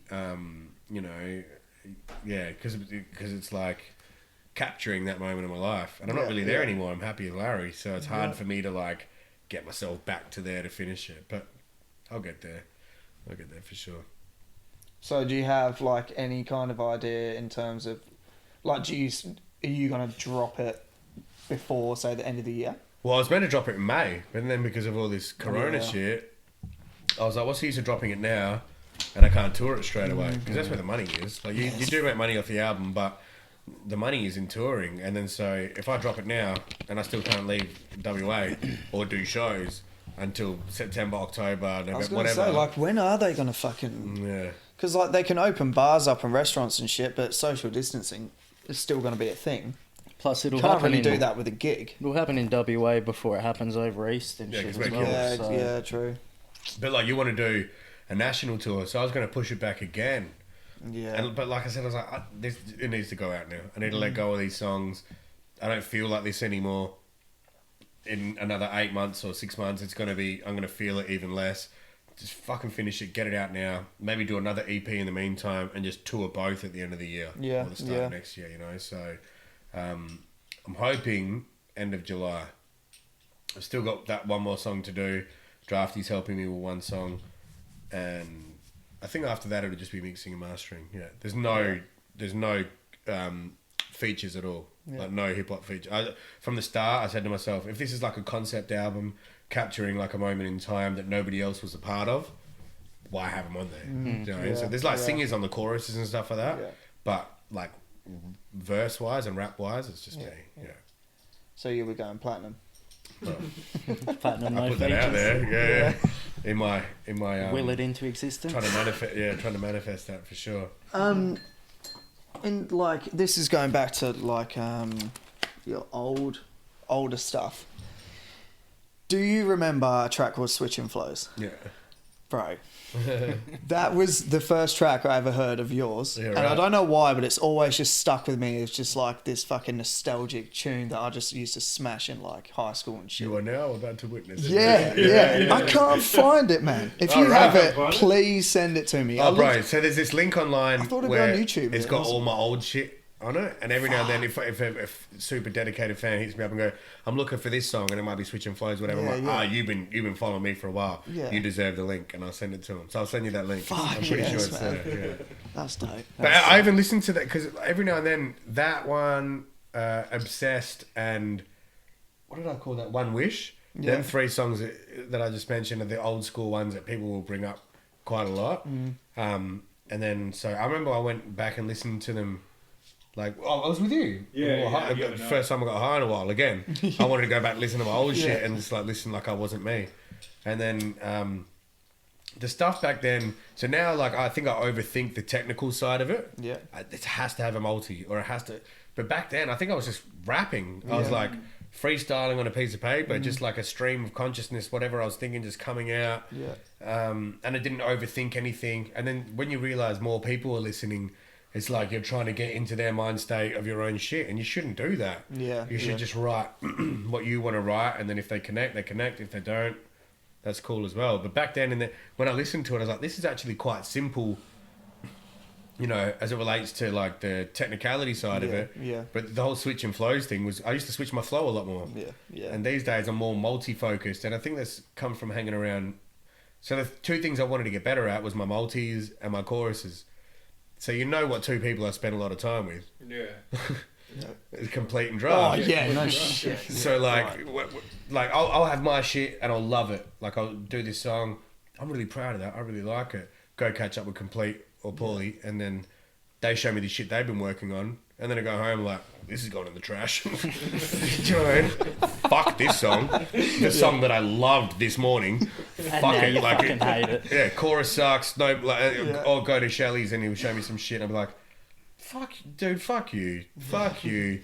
Now I got to go home and rewrite all my shit, you know what I mean? So, but still, that's me in my own head. Like that, and music is subjective, so I might listen to it and go, that's not like, even I put one on Instagram the other day that I didn't think was great. Like I kind of was working on it that morning, and I had to do this like little feature on my mate Steve Brown's like little episodes that he does of this thing, and I like put it on there. Like I did this thing. I was like, yeah, it's alright. I was like, I needed to start complete. So you need to start dropping more content. Like every day, drop something. You know. So I was like, oh cool, I'll put it up, and it went nuts. Like people were loving it. I was like, I wasn't even rating it, but that's because I'm in my own head, that self-doubt shit. Yeah. But I've got to remember that, like, you know, say a majority of the people in the world right now think Kendrick is the best rapper. There is still a large portion of people that think J. Cole is. Yeah. Do you know what I mean? So don't try to win over everybody, just do you and appeal to your demographic. Yeah, so there's for sure. Certain, mine and Complete's music is very different. So like he might have the general broader population, but there might be this little select group here that like me for what I do. So why start trying to do what he does to tap into his audience? I should be, these people have been with me, please them. Yeah. You know what I mean? Like, definitely. Rather than, it's like you're always desiring for more. Do you know what I mean? So I was saying on with Zeke's podcast, like with music stuff, I'd be happy to where I'm at now if it just plateaued and I could just cruise with that. Yeah. Obviously, I would love to expand, but if this is it now and I could just do this, I love my job as well. If I didn't love my 9 to 5, I'd have a lot more hunger. Yeah. I've got it, like, and that's where Complete's hunger comes from. He knows this is all he's got. If it ain't this, it's do you know what I mean? Like he's never been a 9 to 5 kind of guy. So, and that's what like drives his, you know, it's the I guess like the catalyst to his hunger. Like I got, this is it. I got to go, you know. So, but yeah, like I've got a good man. I love my 9 to 5. Music's going alright. Yeah, I can't complain. Yeah. I still do. Yeah. Just wait till the album what else comes you out. got to write about? Coming soon. How to Complain Part 1. How to Complain 101. You should do an isolation too. Well, it was funny, like a couple of people tagged me and shit, like because there was isolation had that, and then me and Complete did Terminal with the masks on, and a couple of people have been like, has Bitter been onto this shit coming the whole time? Yeah, like the Simpsons predicting shit. Yeah. People treating me like I'm Matt Groening or some shit. You're in a Simpsons episode. Yeah, I'm one of the writers, like the. Nah, but man. Like neither of them think. I had no idea this shit was coming. I can't even believe this shit's still. Like, it's fucking crazy. Crazy, man. It is insane. And again, being in WA, it's one of the few times it sort of paid off to be as isolated as we are. Yeah, but that's the thing. It's weird because it's almost as if we're kind of not getting over it, because obviously there's still a lot of shit going on. But being in WA, I feel like we are sort of relaxing a lot more. And then you sort of forget about it to some extent. Totally. Look on the news and like I've got a lot of family in the UK, and it's fucked over there, man. Yeah, it is fucked. Yeah, like I said before, like we're all prisoners in the moment. So we're like, to us, I already know like the narrative and people talking about it has even gotten less. Yeah, do you know what I mean? Like people yeah. aren't even bringing it up that much. I remember when it first hit, that's all people like. You couldn't escape it. It started driving me nuts. No. Do you know what I mean? I was like, every time I hear about this shit, I feel like a beer. Like, do you know what I mean? Like, I hear the word corona so fucking often now. I'm sick of this shit. Yeah. And like, because of work as well, we had to implement all these new, you know, guidelines strategies and guidelines and stuff. So it was just everywhere. And now, like, this is the thing. Like, people adapt so quickly to the point that, you know, like, I think, like, foreign things become the norm real quick. Real quick. It's like exposure creates this conditioning where it's like, oh cool, this is the new norm now. Do you know what I mean? Like after a while, guess what? Next time you're in a pub, it's gonna feel weird. Yeah. Do you know what I mean? And give that a week or two. We're just back to normal again. Everyone would have forgotten this fucking weird little phase that we went through. That weird feeling lasts like as long as a news cycle, and then once it stops getting spoken about, it's like, okay, this is what it is. So the corona thing lasted like 2-3 weeks. And do you know what's funny is I remember when it first started, I was like, because I like to be observed. I was always taught you got 2 eyes, 2 ears, and 1 mouth. You should be doing half as much talking and twice as much watching and listening. So it always taught me to be like observant, and that's why with the raps I try to be like a reporter. That. Yeah. I like that. I've never heard that before. That's good. So like, I talk a lot. I'm a talker, but like, I just try to make sure I don't have to talk less, but just watch and listen more. Yeah. So like, I try to be observant, and that's why when I write, I don't just really talk from my point of view, but the kids I work with, like my friends or whatever. Like, I'm writing a song called "Pins and Needles" at the moment about Brad's brother. Actually, like, he's in one of them situations where the mum is like, obviously in the position of power with the kid. When it, you know, as it pertains to the court process. So he was getting his fucking ass kicked for a while by the courts because he's got a dick and balls. And like, she's the mum and she's got the kid. So I remember sitting with him, and I always like, I want to talk, I want to be a voice for the voiceless and talk through other people. Do you know what I mean? Yeah. And then I was like, I remember catching up with him. I was like, I want to write a song about what you're going through, but I need to hear, like, talk to me about it. And he's talking. I'm looking for like a theme, like a metaphor, I guess, I could base it all off. And he's talking, he's just talking his shit, and I'm just like, I haven't got anything that I'm looking for yet, because I'll know something inside of me go, that's it, we're going off that. And then I was like, give me something, dude. I was like, how do you feel? And he goes, how do I feel? I wish I didn't feel it at all.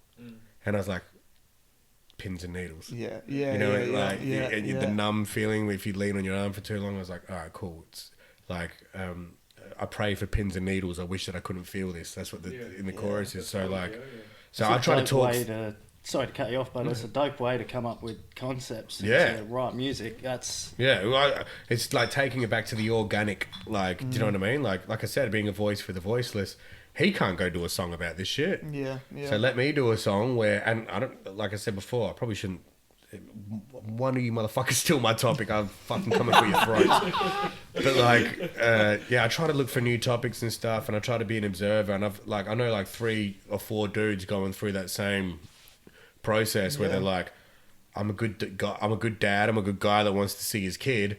And because I'm a male and she's the female, she can make up anything. He's on drugs, he's doing this and that, and the courts are going to go, well, we monitored visits. But then there's the other side of the other side of the coin where that's a real thing, where dudes are like, toxic for their kids. So like, but I suppose one side of it gets talked about more so than the other. So you're addressing the lesser spoke about side of things. And like, it's, if you're in that position, there's no song that, like, name a song where you can go, I'm going to go listen to this so I can relate to it and feel better about this, you know? So, I forgot where I was going with that, but I just try to be observant and, like, say other people's stories as well as my own. Like, I was always taught, like, you won't live it long enough, and there's not enough moments in the day to learn from all your own mistakes, learn from other people's mistakes as well. So, I kind of like, I guess like, applied the same mentality towards that as the same with music as well. Like, you'll never run out of content if you're talking from everybody's perspective. Yeah, yeah. So I'm not really political in the sense that I won't get really specific with what I'm trying to break down. Like, I won't go at ScoMo and his fucking policies and shit. But I'll say to the world, like, why do we do this? Yeah. Why do we value money so much when it's not even a real thing? Why do we all, like, you know, I got a song called Wingspan that, like, really attacks, like, what are we doing? Why are we doing this? Why are we doing that? Why do we think like this? Why do we act like that? Like, just questioning stuff. Yeah, yeah. Or, like, I was always taught question everything, and I feel like you'll never run out of content because we're weird creatures, human beings. You know, like, we operate in mysterious ways. Yeah. So you'll never run out of content if you're picking apart the nature of human beings, not just yourself. And that's when you find, like, Drapht always taught me, find what you have in common with other people and speak to that. Like, you don't have to change who you are or what you are, but find what you have in common with the broader public. Speak on that, and you have a relatability now. And people are tuning in. So that's the angle I try to go from. But a lot of the time, I can't stop writing from the angle as I'm a rapper. Do you know what I mean? And a lot of people out there aren't rappers. Yeah. So they're like, I'm trying to be a bit more broader with topics or content in general. Well, you don't just want to talk about yourself all the time. No, And do you know what's funny is part of the writer's block was after a while I was like, I'm sick of saying the words me and I. Yeah. They pop up so much in my fucking raps, you know, so, but everyone's the same. Then I go listen to other people's shit, I was like, oh, we're all me and I. We're all quite self-indulgent, you know. Also, you put yourself in, like, a box where you only talk about yourself and then you, like, struggle to talk about other stuff because you're so used to just talking about your fucking self all the time. You know what I mean? Like, and then you can't write a good song about something else then. Totally. You're always going to be open and, just fucking try to do what you can from yourself. And if I'm talking from someone else's perspective, I'll try to do something like that'll, like, subconsciously give it away that I'm doing that. So I'll, like, mention a date or something. Do you know what I mean? Or like, or you just even change the terminology to third person, like he was or like, and now you're storytelling. But sometimes naturally, by putting myself in their shoes, I start going to the I's and me's. But yeah, hopefully this fucking album's done soon because it's driving me nuts. So fucking keen to hear it. Yeah, fucking oath. So, who's out of all the producers you worked with, who would you put at the top of the list? Not to, you know. Oh, Disaster for sure. Yeah, and not even at the top of my list of producers that I've worked with, but he's the best producer in Australia. Yeah, for sure. It's not even close, actually. Because he can do everything. Like, if there's one thing I admire in people is when they have diversity, and Daz, like, really represents diversity to the fullest. Like, he'll do a song like Dancing John Doe. And then he'll do a song like Monster, like Grooviest. Do you know what I mean? Like, you can do that real West Coasty. And you're just like, doing fart face to it.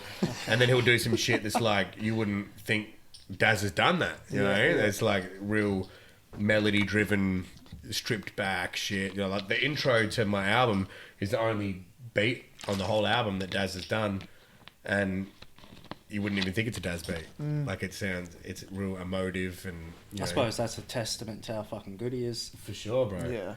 And you know that Daz likes you to be there when he's making the beat. I personally hate that, because by the time I've left with the beat, I'm a bit sick of it. Like, I've just listened to a beat, like, and because Daz, when he's like, Daz, as great as he is, I'm sorry, Dazzy, but he works slow. And I'm like, let's go. So I'm trying to write while he's working, but he's like, dum, dum, dum, dum, dum. Dum, dum, dum, dum, dum, dum, dum, dum, dum, dum, dum. Cool, dum, dum, dum. I'm like, Daz, the second kick was sweet, dude. Just like, do you know what I mean? So, but Daz just goes into his own zone and his own world. Second would be Creed. I don't talk to Creed much anymore. There was never any bad blood. We didn't fall out. It was just like a natural thing that kind of happened over time. I think as he got more into the painting, his circle of friends changed, and I never really kind of strayed away from the scene and stuff. So, but he will always be one of my favourite producers. He just understood what I wanted and he gave it to me. We'd butt heads a lot. Because Creed was trying to give me a finished piece of work. Because as a producer, he wanted it, oh, cool, this is my complete project. Yeah. You do what you do. And I'm like, don't give me a complete project. It's not complete until I'm on it. Yeah. Do you know what I mean? And that sounds like a little bit narcissistic, but that's what you're giving me, like the concrete slab to the house that I build on top of it. Yeah. Don't give me a house. Yeah. I'm not an interior designer. Do you know what I mean? Like, I'm a bricklayer. Yeah. Are you talking in the sense like he would structure your verses and hooks and stuff like that within the beat? He'd give me the structure. Yeah. Where it would be like 16, drop down for a couple, hook into a bridge, and you would kind of have to like be malleable enough to adhere to that structure. Yeah. And you'd go, oh, I'm thinking this isn't. And Creed, like, I'm sorry, Creed, if you're listening, but wouldn't be very, what's the word? Like, he was very stubborn creatively. Yeah. Like, no, this sounds the best. I'm like, but you're my producer. You produce for me to make something too. Do you know what I mean? Like, this is, I want to do this structure. He's like, you know what the fuck you're talking about? Because like, some people, because if they can play instruments and they're like, a lot of people don't look at rappers as musicians. Yeah. So we get undermined when you're in the studio, right? Yeah. Like when you're in the creative process and you're working with people that can play instruments. This is the beautiful thing about Daz as well.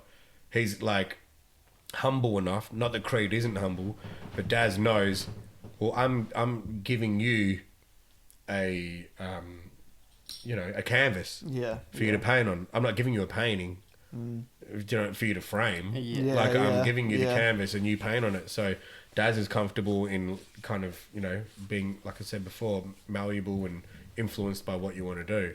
Whereas Creed would be like, no, this is way better. Yeah. So, but that got Creed's ear for like, and most of the time he'd be right. Most of the time he'd be like, the structure he'd give me, I'd be like, I'm feeling that. I'm going to work with that structure. But if I wasn't, he wouldn't budge on it. Yeah. He'd be like, you know what you're talking about. What would you do? I wouldn't use the beat. Yeah. Or I'd do something to the song. I'd do something to the beat and it would never come out. Yeah. There was one time that I did like surrender and capitulate to what he wanted me to do, and that song was called Break the Chain. It was on my album The Gallery. And I still love that song. So like some of it is you need to know also when to, just like he won't surrender. If I don't go, all right, well, let's see where this goes and fuck with it, I'm just as wrong as him. I'm like doing the same shit he's doing, so, but it would go Daz, Creed, Shaker. Oh, Daz, Creed. Yeah, Shaker. Yeah. Shaker and myself, Shaker's very boom bap driven. Shaker's very 90s hip hop. Yeah. And I was, but like I'm trying to change with the times. And Shaker doesn't really have his ear to the street. He'll tell you this himself. Yeah. With the new sounds and stuff like that. Whereas Uncle Sam does. Yeah. So like if I know Arson I did with Uncle Sam. Because I know that beat is not up Shaker's alley. Yeah. So, but there'll be a song. My album, I've done the whole thing with Shaker because he's who I feel most comfortable with. Yeah. We just gel in the studio, and I'll be doing something, and Shaker feels comfortable enough to go, I wasn't really feeling that melody. Why don't you try go here with it? Or he'll play the keys, and we'll find it together, and he'll help me with harmonies and stuff like that too. So me and Shaker work really well when it comes to engineering and the production side of it, but beat wise, it'll always be Daz, then Creed, then Shaker for me for sure. Yeah. Uncle Sam is fucking nuts. I don't think he's not far off from like getting to that, sort of like getting a mention. To get into that level of being up there with some of the greatest. So the thing is obviously he's Sarkwood now. Yeah. And he's like heavily involved in all of the back stuff of what they do. But I don't feel like a lot of Shelley's big songs aren't Uncle Sam beats. If Shelley has a big song, when I say Shelley, I mean Complete, obviously. Yeah. If Complete has a big song that Sam produces, other rappers around Australia might start going, and start hitting up Sam. Yeah. But until that happens, I feel like, not to put that pressure on you Complete, but if he had a big song that popped off that was Sam's production, then things might change for him a little bit. Give Sam that step up. Yeah. Yeah. I remember like Shaker would probably get more nationwide recognition than, so Shaker's producing for Morns and, you know, Mantra and and shit. Mantra and stuff like that.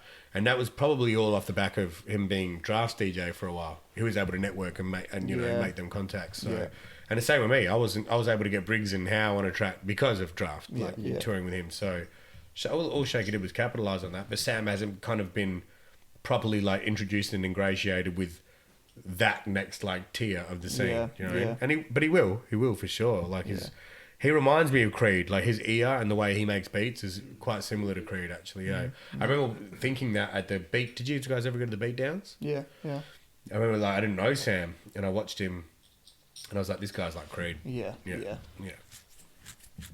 Because Creed pretty much like owned that shit, eh? Yeah. Beat Like downs. out of nowhere as well. Like he was saying. Oh, he dominated it. It got to the point where just like Taku, Creed wasn't allowed to do it anymore. Yeah. You're not allowed to do it. You won. Used to do 'em, did he? I think he won 2 in a row, back to back. Yeah. Because I know. If you go back to back, you're not allowed to do it anymore. Only him and Taco have ever done that. Yeah. Was Taku judge at the last one? Or Yes, because Creed was, wasn't and Creed was as well. Yeah. So usually, if they're like, "Oh, you're too good, you can't come back," Yeah. unless you're a judge. Yeah. Because you obviously know your shit. You know what I mean? So, and obviously Sam has the same kind of feel to his beats as Creed does. So Creed was just frothing Sam. Yeah. But yeah, it would go Daz, Creed, Shaker. But in the country, like I think Trials is a really underestimated. Yeah, fucking producer. Trials is king. Yeah. Same thing with Daz. Like Trials can produce some headbanging, noddy shit, or he could do sing it. Yeah. Do you know what I mean? So, but the other thing is like a lot of people don't realize that with Drafty, his creative process is Drapht doesn't get a beat off someone and just rap to it the way it is. He's like meticulous as fuck. Like he'll get the beat, take this, he'll get the stems, he'll take this out, get a trumpet player in. Yeah, play the like he's got a really good ear, so he'll go do that. Trumpet player will do that, or he'll just go play a whole bunch of shit start to finish, and then he'll chop it up, and he'll spend days on like, so he'll get the beat and completely change your beat. Yeah, I fuck with all the Drafts new shit though. That sort of a lot of live instrumentation. Yeah. Well, that I seen that there, Drapht Work It Out. That was one of my favourite songs he's dropped in a while. That is in a minute, man. Yeah. And that's where I like him, where he's vulnerable. Like I like vulnerable shit. That's why Complete's one, if not my favourite, and I do the vulnerable shit as well. I like hearing Paulie there like that. I love his party shit too, because sometimes when you're on stage with him and you see it translate, and it's like, fuck, this moves, this beat moves, and it makes it easy for me to do my job. You see, like, he's a smart dude, man. Like, so when he's making it, you could tell he's picturing that moment on stage, and he's riding around the idea of that experience. You know what I mean? So, but with stuff like Work It Out and some of the new stuff he's got coming, that's a bit more emotive and emotionally driven. That's my shit from him. Like one of my favorite songs from him is like Murder, or Won't Listen When. Raindrops. Just like real emotive stuff for sure. Yeah. I can't believe we've been staring at fucking Tekashi 69 this whole time, man. This motherfucker, man. Oh, with his rainbow At least hair. pause it on a screen where there's tits or something. Thank you, brother. No. Oh, there'll be tits soon. Has he got nude tats? Yeah, look, he's gone for the girl thing now. Just like, Yeah, there we go. And now there's 4 men staring at a screen of a chick's ass. Yeah, he's definitely gone for the chick thing now, for sure.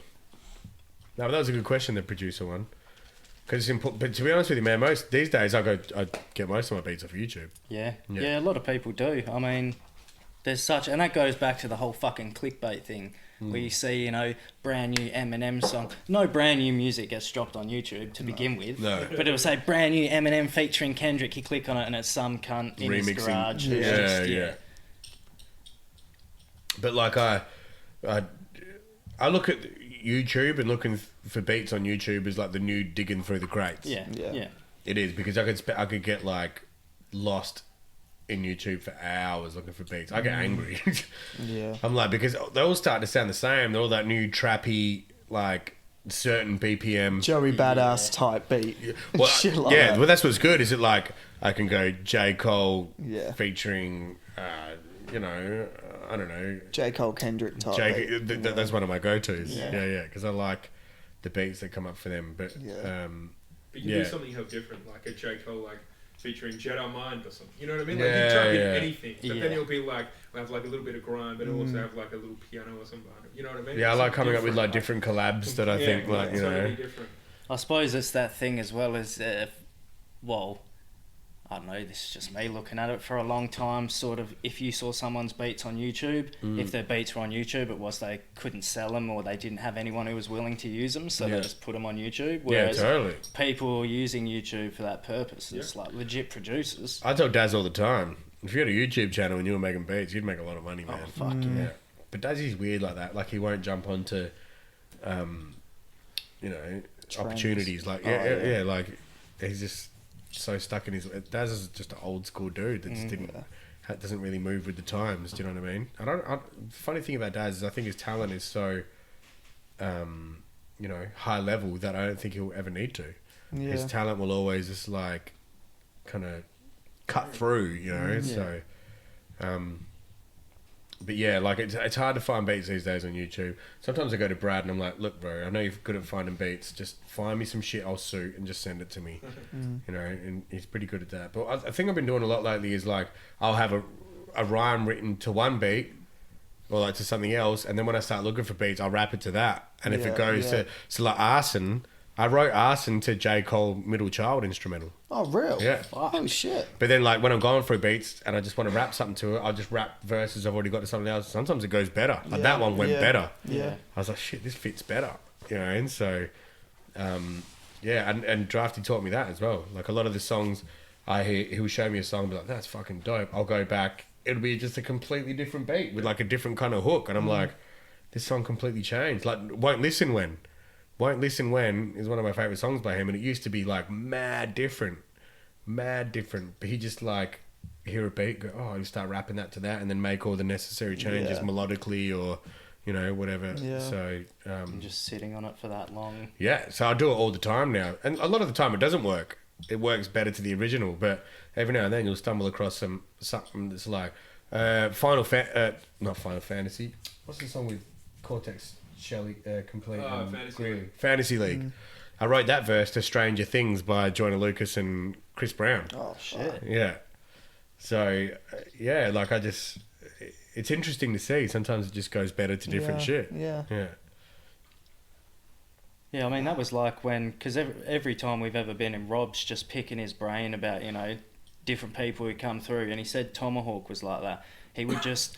rock up, have all his verses written to different beats, and record them, and then go, Rob, make the beats to them. Or he'd just have a verse, like I just said, have a verse written to something else and put it to that beat. Yeah. Tomo was also a pain in the ass in the sense that he'd write like 21 bars. Like, bro, this shit goes in fours, man. Like, fuck is 21 bars? And she'd be like, yeah, I'll add another bar. And then it would just be like, yeah, and Tomo would just... I've never met someone with a weirder creative process than Tomahawk, man. Like, he is an interesting motherfucker, and I'll always have love for that dude, but fuck, he's a fucking head case. And he owns that. Like, I think everybody knows that Tomahawk is a bit of a head case. Like but that explains his flow then, because like a lot of the times he's not like on bar fully. Tomahawk has this like talking over a beat kind of style, you know what I mean? Like, but Hunts was the same. Hunts would just rock up and go... And you'd be like, hey, man, you got that verse? He'd be like, nah. So you just walked up to the studio to do this collab. Yeah. You're like, play the beat. All right, play the beat. Oh, cool, man. Yeah, I'll just wait while you write your verse that you came here to record. I thought you had it done, you know? And like, you go, all right, go out for a cigarette, maybe go get some food, come back.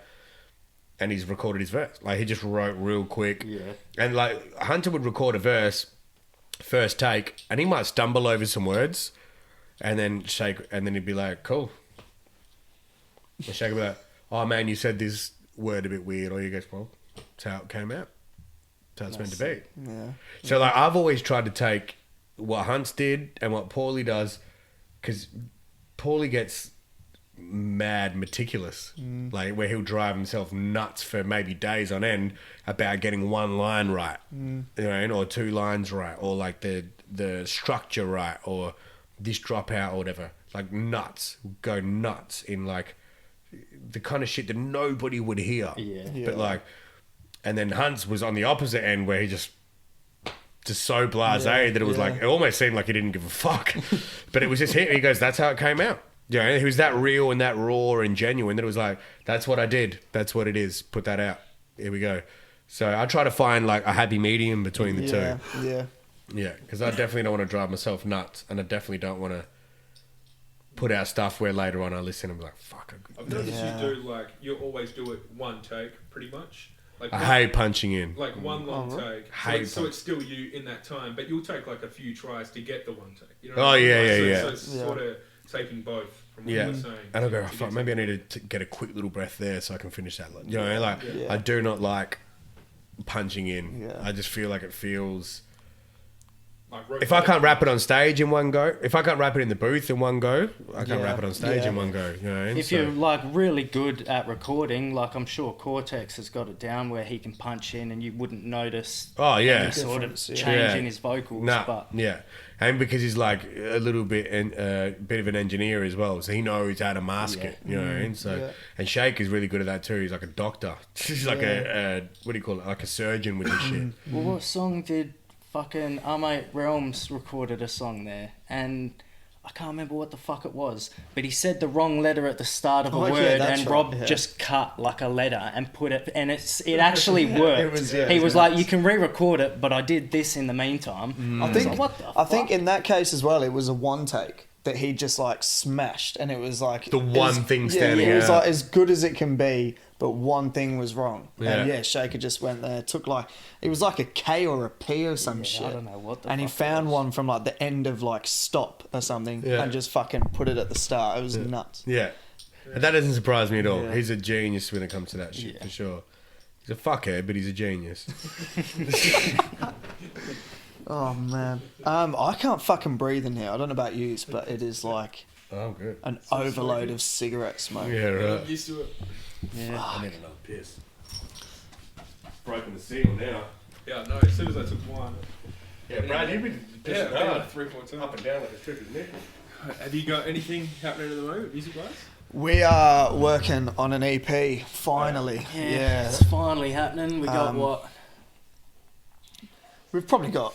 Well, he's got a shitload of beats. You've probably sent me. So you're going to produce it yourself? Yeah, he's so producing. I'm doing like most of the production, and then he's doing most of the rhyming. Nice. Yeah. How many tracks? I think we'll probably try and go with 5 or maybe 6 or 5 or 6, something like that. Keep it like little. If we made it simple any EP. longer, it'll take another 10 years before we drop it. So. Right. No, it's always good to keep it like 5 or 6 tracks, I reckon, man. Yeah. Anything like, unless you're doing like a full length album to like let people know like what you're about and what you're fucking doing, you know, like 5 or 6 is fine. Man. Yeah. I wouldn't go any longer than that. Well, we plan on getting. Well, we want to do like this EP, whether or not we'll have the posse cut on it. Yeah. We do plan on getting a posse cut, and we were going to get everyone that we've had. Well, try and get everyone that we've had on as a guest. So if you're keen, of course. Fucking oath. Yeah, no, definitely, man. Send us the beat, whatever. Yeah. I've got a beat there that I want to use. It's just, I've sat on it for a while now, so I don't know if I still want to use it, but yeah, we've got like, I think you've sent me maybe 7 or 8 beats. I've probably written to maybe 3 or 4 of them. And then kind of got a couple verses that were just like sitting on, so he'll go through beats and I'll just fucking try them out. What's your favourite part of the process? Oh, fuck. I mean, for me, it's cutting up samples. I could do that shit all fucking day. Yeah. I like to just, I mean, drums. Because I'm doing the rapping, so I just want to get in the studio and just get it. That's the bit I love the most about it, I mean, you're probably the same, is actually getting your verses out and then mixing and editing and getting that final product. But that's actually not for me. Oh, really? So when I say what part of the so writing, recording, performing. Oh yeah, true. I don't really think about performing. Out of them 3, what would you? I think at this moment in time, I'd probably say recording. Right. Purely because I've not done. I mean, I've done gigs, but I've never I've not mastered that sort of side of things. But I'm still relatively, getting my head around it. Yeah. Stage presence, all that sort of stuff. And I had my fucked voice as well, so I've not performed for probably 2 years. So this will be. I'm going into the studio in 2 weeks with Sam to record over some beats that I got off Sam, just to sort of get the feel again, test my voice out a little bit, and then we'll get our EP done. So until then, performing is I've got to fucking sort of get my head around it and get practicing again. What's the challenge for you think, with performing? What is there a part of it you don't like or don't feel comfortable with? Or? I think it's the stage presence has always been the thing that I needed to work on. I think a lot of the time when it came to sort of memorizing my lyrics and actually being able to articulate all my verses well and clear, I sort of always I felt like I always sort of had that sorted. Yeah. But it was the stage presence getting just being something more than just a dude rapping on stage. Yeah, what comes into stage presence for you guys? What do you like? What makes you go, that guy has good stage presence? What would he be doing?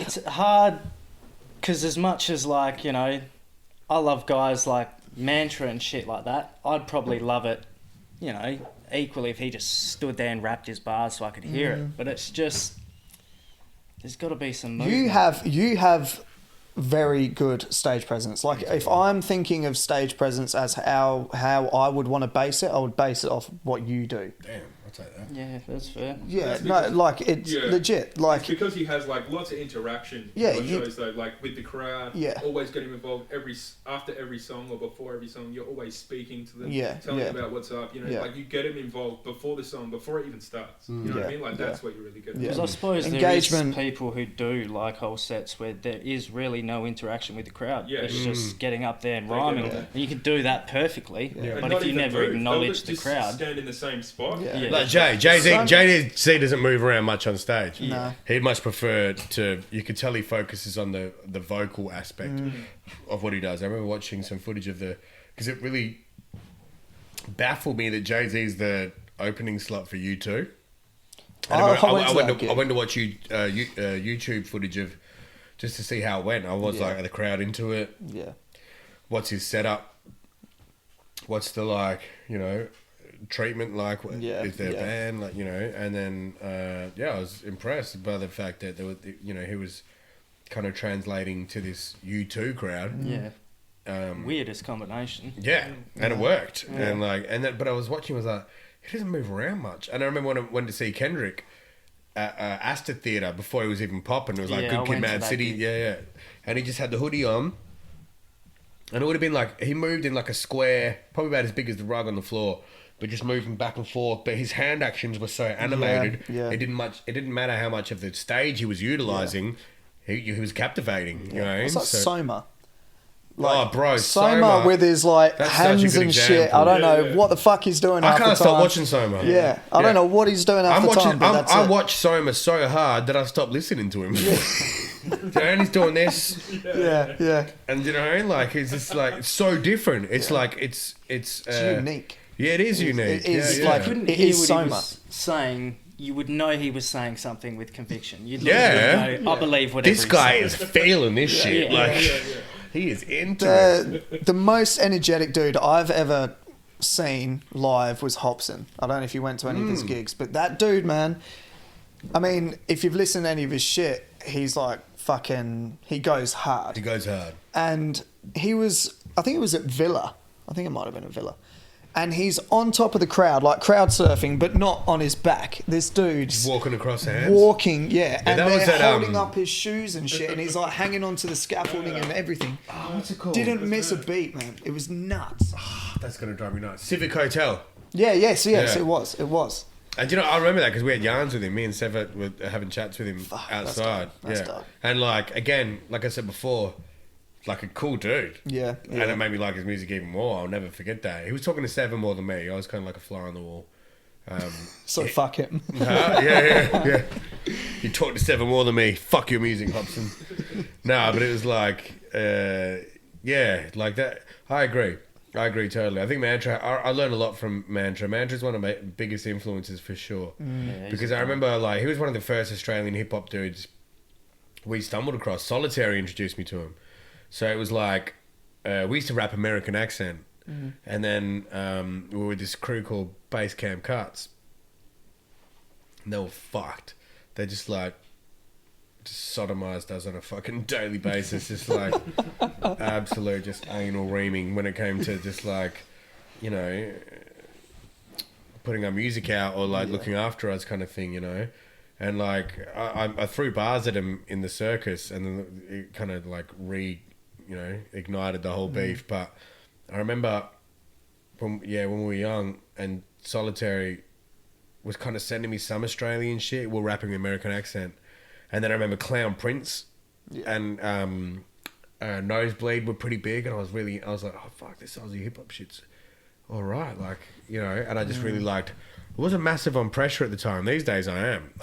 Like, he's one of the best there is. But at the time, I really took to Suffer. I liked the sound of his voice and stuff, you know, and how we'd like over-accentuate his accent kind of thing, you know. Yeah.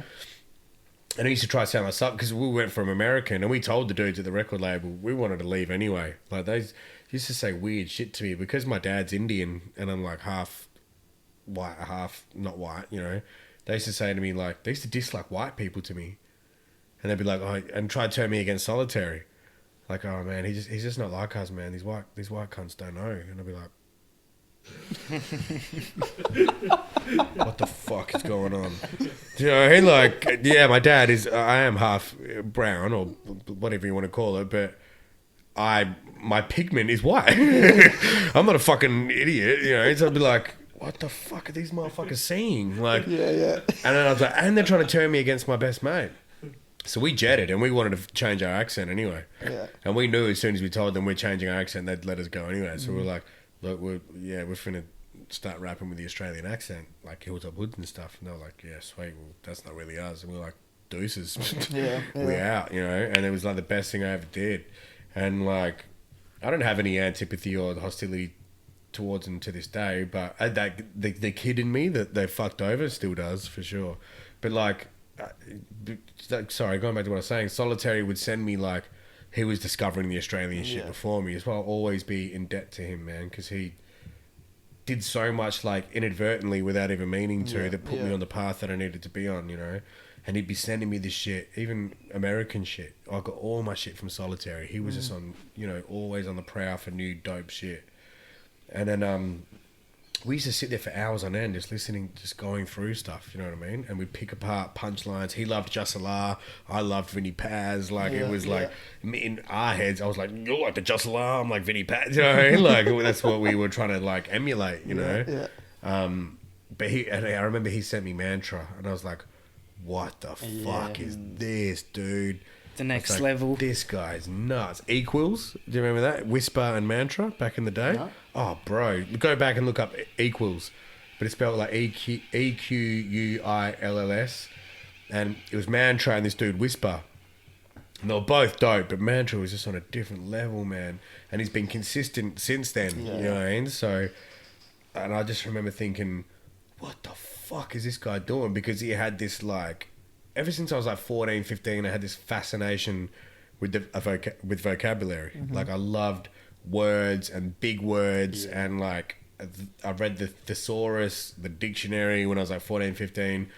And then this guy, this Australian dude was just like rapping, Australian accent, rapping all these big words and then like breaking them up into like where he'd rap this big word with like 4 or 5 little words. And that's when I started to learn syllables and you know, the multi stuff. It was Mantra. So he's forever in my top 3, top 5, like, and to this day we're friends. I consider him a friend, like maybe not a close friend, but we're cool. When we see each other, it's dabs and it's love. We talk on Instagram every now and then.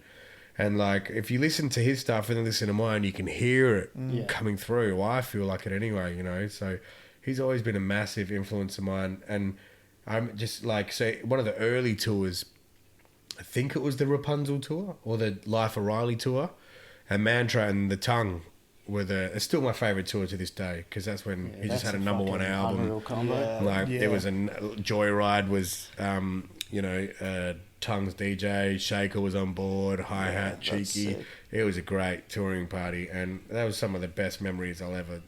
Like, the day I die and I have flashbacks, a lot of them will be that tour, for sure.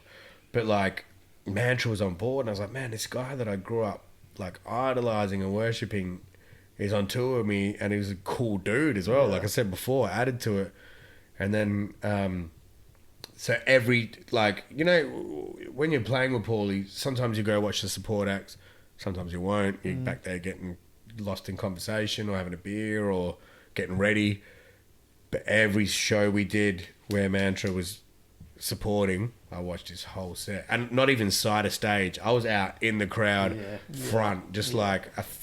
No matter what, no matter how long I've been an artist in this shit for, I'm always a fan first. I'll always remember I am a fan of this art form before I am a contributor. Like, I'll always be a fan first, and that's kind of what keeps me on my toes, because I have to look at my own shit. Like, what would I do what would I want to hear as a fan of that shit, you know? And that's what I try to create. But Mantra he had it all, man. Like, lyrics, flow, delivery, beat selection, his on-stage presence, his off-court demeanour and personality, like his humility.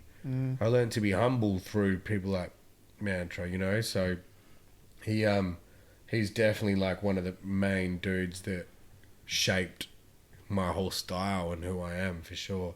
And it's sad because I've got more of a following than Mantra now. Yeah.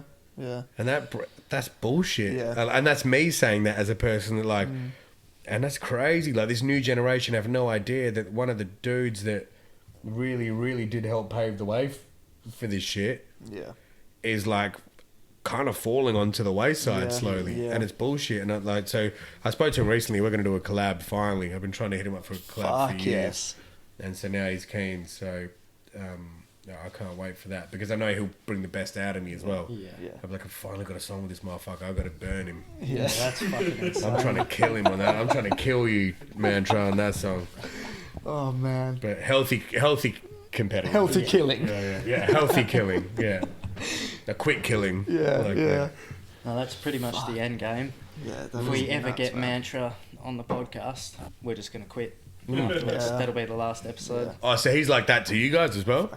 Oh, that's, for me, the top two that, you know, they are up there is where I want to be, or, you know, if I can get to that level, I'll be happy, is Mantra and Solo from Horror Show. Yeah, man. What's crazy is that, like, what was that album?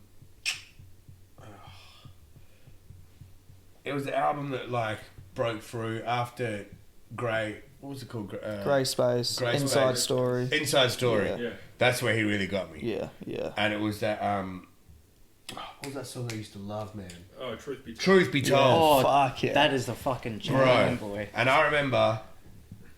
Like, look, my hairs are standing up. Truth Be Told was my fucking shit. Like, that... I was obsessed with that song. Like... That to me was sort of like the first... I'd heard Horror Show shit, but... That was the first time it was just like a slapping beat, just what is bars going on? Sort of thing. The beat was nuts. And it killed the beat. The chorus was beautiful.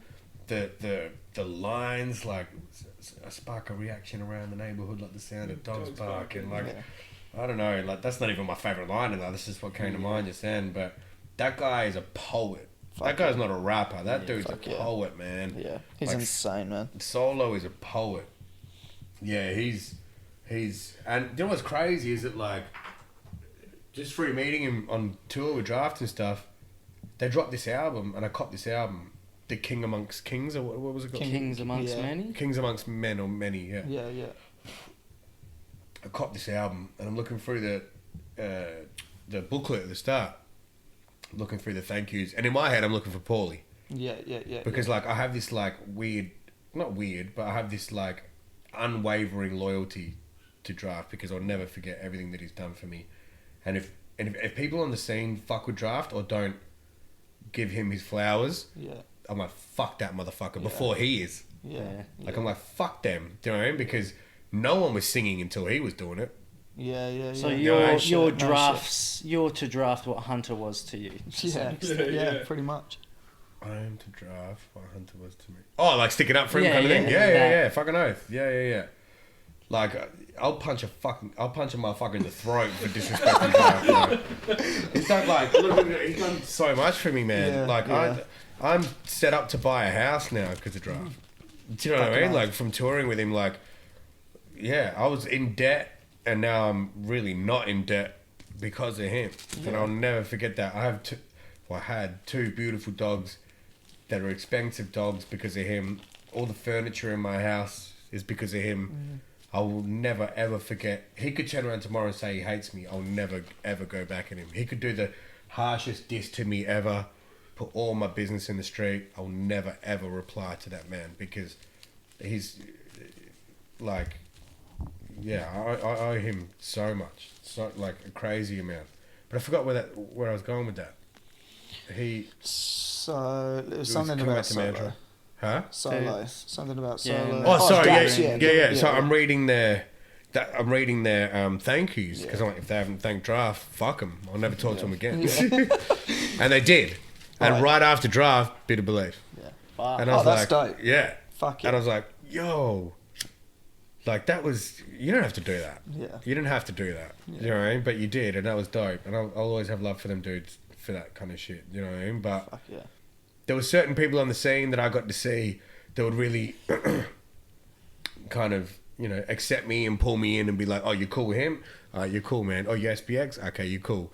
And give me love and give me flowers. And then there's some people that just didn't. I think they kind of looked at me like, this guy's getting a free ride. This guy gets to play in front of more people than me, and he's not even. Do you get what I mean? So I'll say Thunders, who I'm totally cool with. Like, this is an example. Thunders back then would play before Paulie, and we'd play after. And I'd always have this paranoia, like, are they thinking we just had to play to this many people? He gets the slot after me with Drapht, and he's just this fucking bottom feeder. Do you know what I mean? So I always had this paranoia, and I don't know if it was my way of thinking and the lens in which I viewed it through, but some people would ingratiate me and be super accepting and just like treat me like I was family because I was SPX, like the Hoods and you know, Oars and Trials and you know, people like that. K21, Perp, like, you know, these are some of my favorite humans that I've met on the scene. But you know, and Jazz One and Morgs and Taka and like dudes like that. But I always had this like weird paranoia. Are they thinking, what the fuck's he doing out there in front of a bigger crowd than us, kind of thing, you know what I mean? So I'd always get paranoid of that. But I did meet people that were more accepting and more loving than people that weren't, do you know what I mean? Like, I'm not going to go into any names, but, and people like Solo and just starts naming them anyway. Stuff, do a Hunter. I'm not going to say any names, but I think it's super important for, and that's why I like doing what I'm doing in the youth center now with the studio. Is that I remember Hunter said to me, actually it was that night when the argument happened at Defier's house when we were out having a cigarette. He goes, you don't understand, Bitter, something that doesn't grow dies. And then I was like, that's huge. I know what this guy's scared of. Well, he cared about his crew so much, he's scared that what if SPX is no longer relevant? And I'm going to be honest with you, it's veering that way. Like, and nothing against us as a crew, we're still putting shit out, but it's the natural progression of just what happens. TPW's the shit now. So it's like, I know what he meant. Like, and we didn't grow. We didn't start like bringing new people in. I think when Cogs first started popping, I think we were kind of keen to bring him back in, bring him into the fold, but he kind of went with Shaker wanted to. But you know, like we never grew in the sense that what is new that's popping, let's bring them in. We kind of stayed, you know, I guess like authentic with that shit. But what doesn't grow dies, and it's so simple, but it's so like profound. And that's what makes me go, all right, well then now me being like a extension of them guys before me, now taking into account what he said, I've got to take care of the next people coming through. That's why it's sick I get to work with these like 17 to 23-year-olds that are just like fresh, wet around the ears, and just like help them figure out stuff that not even with their raps, but even with putting stuff out on social media, algorithm stuff. Like they don't have to spend years figuring that out. The shit I've gone out there and figured out for myself, I'll tell you and impart that wisdom and knowledge upon you, that where you can have that now. You don't have to waste years figuring that out. Just do this. Do you know what I mean? So, but I got that from him, just from that simple saying was what I took from, you need to cultivate the next in line. And that's why when you asked before, a lot of people should have come to mind, but Greasy just came to mind straight away, because I feel like I'm not Drapht's hunter, I'm Greasy's hunter. What Hunter was to me, I want to be that for people like Greasy. Fucking oath. Or, you know, Tyrone or Berkey or whoever it is, these young dudes that have like mad promise and just need a little bit of guidance. Cool. I feel like that's my job, just for the simple fact that I heard Hunter say that. Yeah. Like he said that for a reason. Do you know what I mean? So, but I no bias. I felt like this for a while. Perth has the best rappers in Australia. Oh, 100%. I think we've said that on every episode. Yeah, definitely. And no bias at all. When it comes to look around the rest of the country, name up, okay, Purpose aside, Prime doesn't really rap anymore. Trials is still a punchline rapper, Trials, but there's not many punchline rappers with the wordplay that like it never left Perth. Perth people are always trying to like wordplay. You know, we're a little bit more, I guess I'd say, name a grime rapper in Perth apart from Shadow. Yeah, we're less adapting, adopting other people's trends and just sticking to our own thing. We stick to lyricism, man, and we stick to, you know, hip hop feel and stuff. We don't waver or like go with the trends as much as the rest of the country. Nothing against them, but like, I'm proud to be from here and I'm proud of our scene. And even when dudes like Greeley come and they like become part of the Perth scene, they see how tight knit we all are, and like that everybody fucks with each other, everyone's trying to help each other. I think people like really are like blown away by the camaraderie and the, you know, the like we're all intertwined with each other here, you know, and we all try to help each other as well. I don't think it's like that anywhere else. I don't live there, so I'm not sure, but I tour there enough to know that I don't feel like it's like that anywhere else. But we definitely, right now, we definitely have the best rappers in the country, for sure. Fucking oath. Easily. Yeah, I'm keen for quarantine, Jen, so we can go to some fucking gigs, boy. Yeah, no shit, hey. Yeah, man. I can't wait to do shows again. But it doesn't feel that long for me because we complete tour, it ended on the Sunday night, and then the Monday, the rules came in. Oh, real? The last show was in Byron Bay on Sunday night. Monday, no more shows. So it literally ended, you know, in perfect timing. Yeah, it couldn't have been.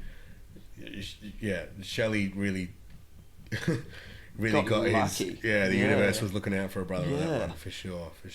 And I'm stoked it was because, watching that tour was, as a friend, was like, fuck, I'm so proud of this guy, man. That's crazy. I don't want that for myself. It's fucking very well deserved, eh? Yeah. And I want that for myself, but like watching him have it felt like it was for me because I just love him that way. Because when you see your best friend doing that, like I jumped on the bus with Paulie when it was already popping.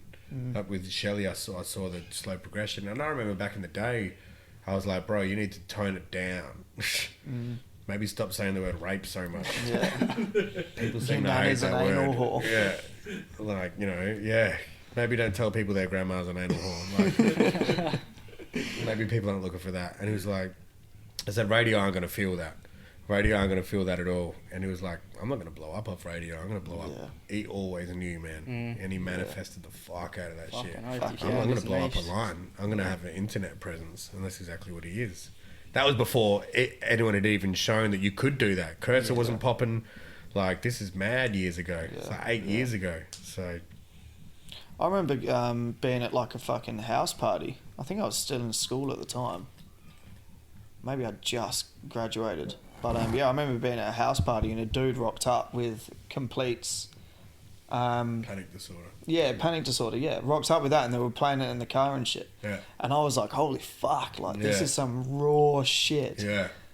And yeah, like even then, I probably wouldn't have even guessed that he would get to where he is now. Yeah. You know what I mean? But you could tell there was something. But it was Oh, first sort of music of that style that I'd heard, like real raw shit. I doubted it. especially in Perth. I'll admit I doubted it. I was like, he's not going to do anything, because at the time, the template was fit into Triple J's criteria. Yeah, Everyone that was popping off and blowing up was like, working conducively with what Triple J wanted. yeah, And not even intentionally, I don't think. I don't think Drapht sat there and wrote Jimmy Ricard for Triple J. yeah, But it translated through, and all the success came off the back of Triple J kind of, co-signing him. So I thought that was the only way to do it, because that's the only way that had been shown.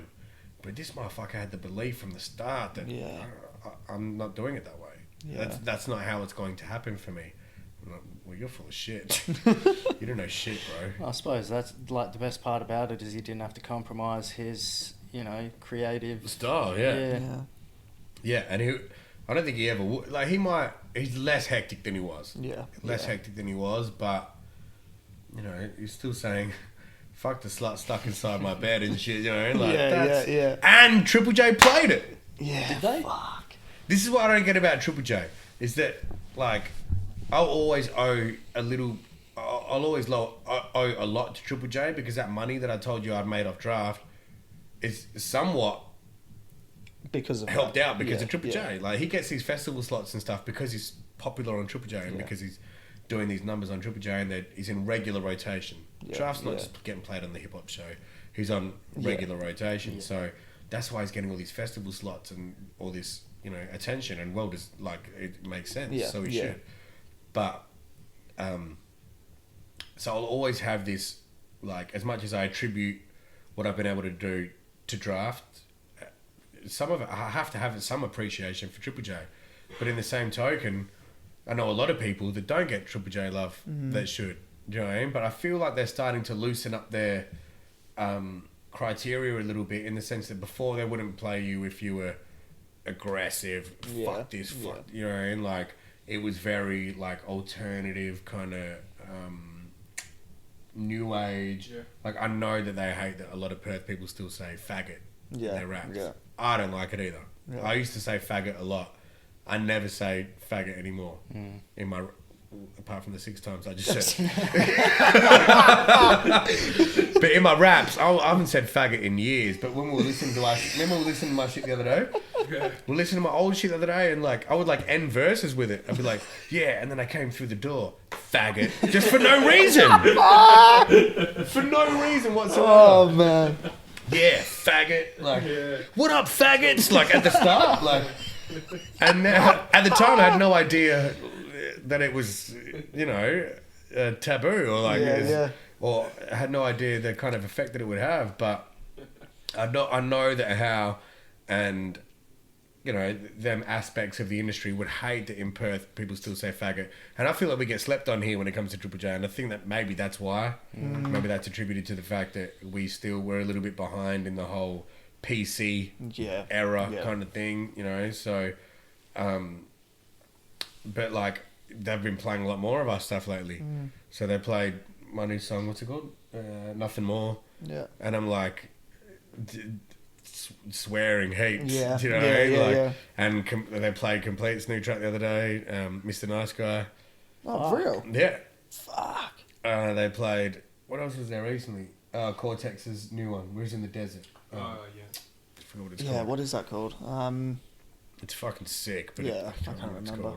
But they played that as well, so hopefully they're waking up, and putting a little bit of light on the West. And I think it's because all this 1-4 shit, and like they're playing all that. It's like, well, you can't play that. Yeah. Those motherfuckers are in like hectic in jail, and like.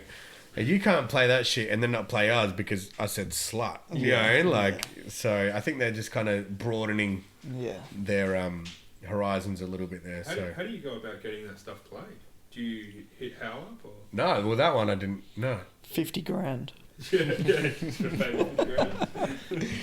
Yeah, that one there I didn't like. He just He was like, hey, must have what heard up? it on. I'm He didn't even gonna- tell me. Just the next thing I got this post of Fuck. the hip hop show of them playing it. I was like, oh, Yeah. sick. You know, I didn't even send it to him. So he's Well, watching. It's his job. Yeah. It's his Yeah. job to Yeah, watch and that's a see good what's point. going on. Yeah. So yeah. I don't know about yous. Are yous all good to wrap it up? Yeah, for sure. Put a bow on it. Good chats. Yeah, fucking oath. fucking yeah, man. Yeah, well, on that note, thanks for coming out. Yeah, appreciate Really it. appreciate it, dude. It's been sick. Also, thanks for joining. No worries. It's good Always to a see pleasure. you. You'll have to come on anyway. We'll have a return episode. Yeah, for sure. I always said last time I came here, I'll come back. So. Fucking oath. Yeah. Fucking Little oath. part 2. Yeah, part 3. definitely. Yeah. Yeah, true. No, sick man. Good on you for doing this. I actually not long ago thought of doing my own because I love having a yarn. Do you know what I Yeah. mean? So Well, we beat you to it, so bad luck. you did beat me to it. I suppose the tricky part as well is like we had the same thing with No, where we'd love to just sit here and shit talk the whole episode, but then it's like we got to pick cunts' brains about music. Yeah, No, If good. we I didn't, love we that. wouldn't have got those hunter stories. Like, Yeah, that for was sure, fucking for sure. sick. definitely. No, and like I've been blessed enough to be able to provide stories like that. Do you know what I Yeah. mean? And none of it. Like I know a lot of people are name droppers, and in SPX we call it cracking the floorboards because they're just dropping names. You know what I mean? But, like, yeah. when I do it, it's in all humility. Like I said before, I'm always a fan first. So I'll never lose. Like it doesn't become now that I've been part of that for so long that I've lost the appreciation and the wow factor of it. I still pinch myself all the time. And go, fuck. I remind myself of that kid that was like, fuck. I looked up to these dudes, and now these people are my friends, or I'm on tour with them. Yeah. So it doesn't not come from a place of name dropping or big noting myself. It comes from a place of appreciation and gratitude that I'm even able to speak the way I speak and Yeah. have them stories to share. I'm extremely grateful and fortunate. So Fucking oath. thanks for letting me fucking talk my shit. Yeah, well, yeah, thanks for coming out. And I'll wrap it up. I hope you've enjoyed the episode. It's been a pleasure. And we'll be back next week. Till we do it again. Yeah. Peace. Thanks, boys. Boys.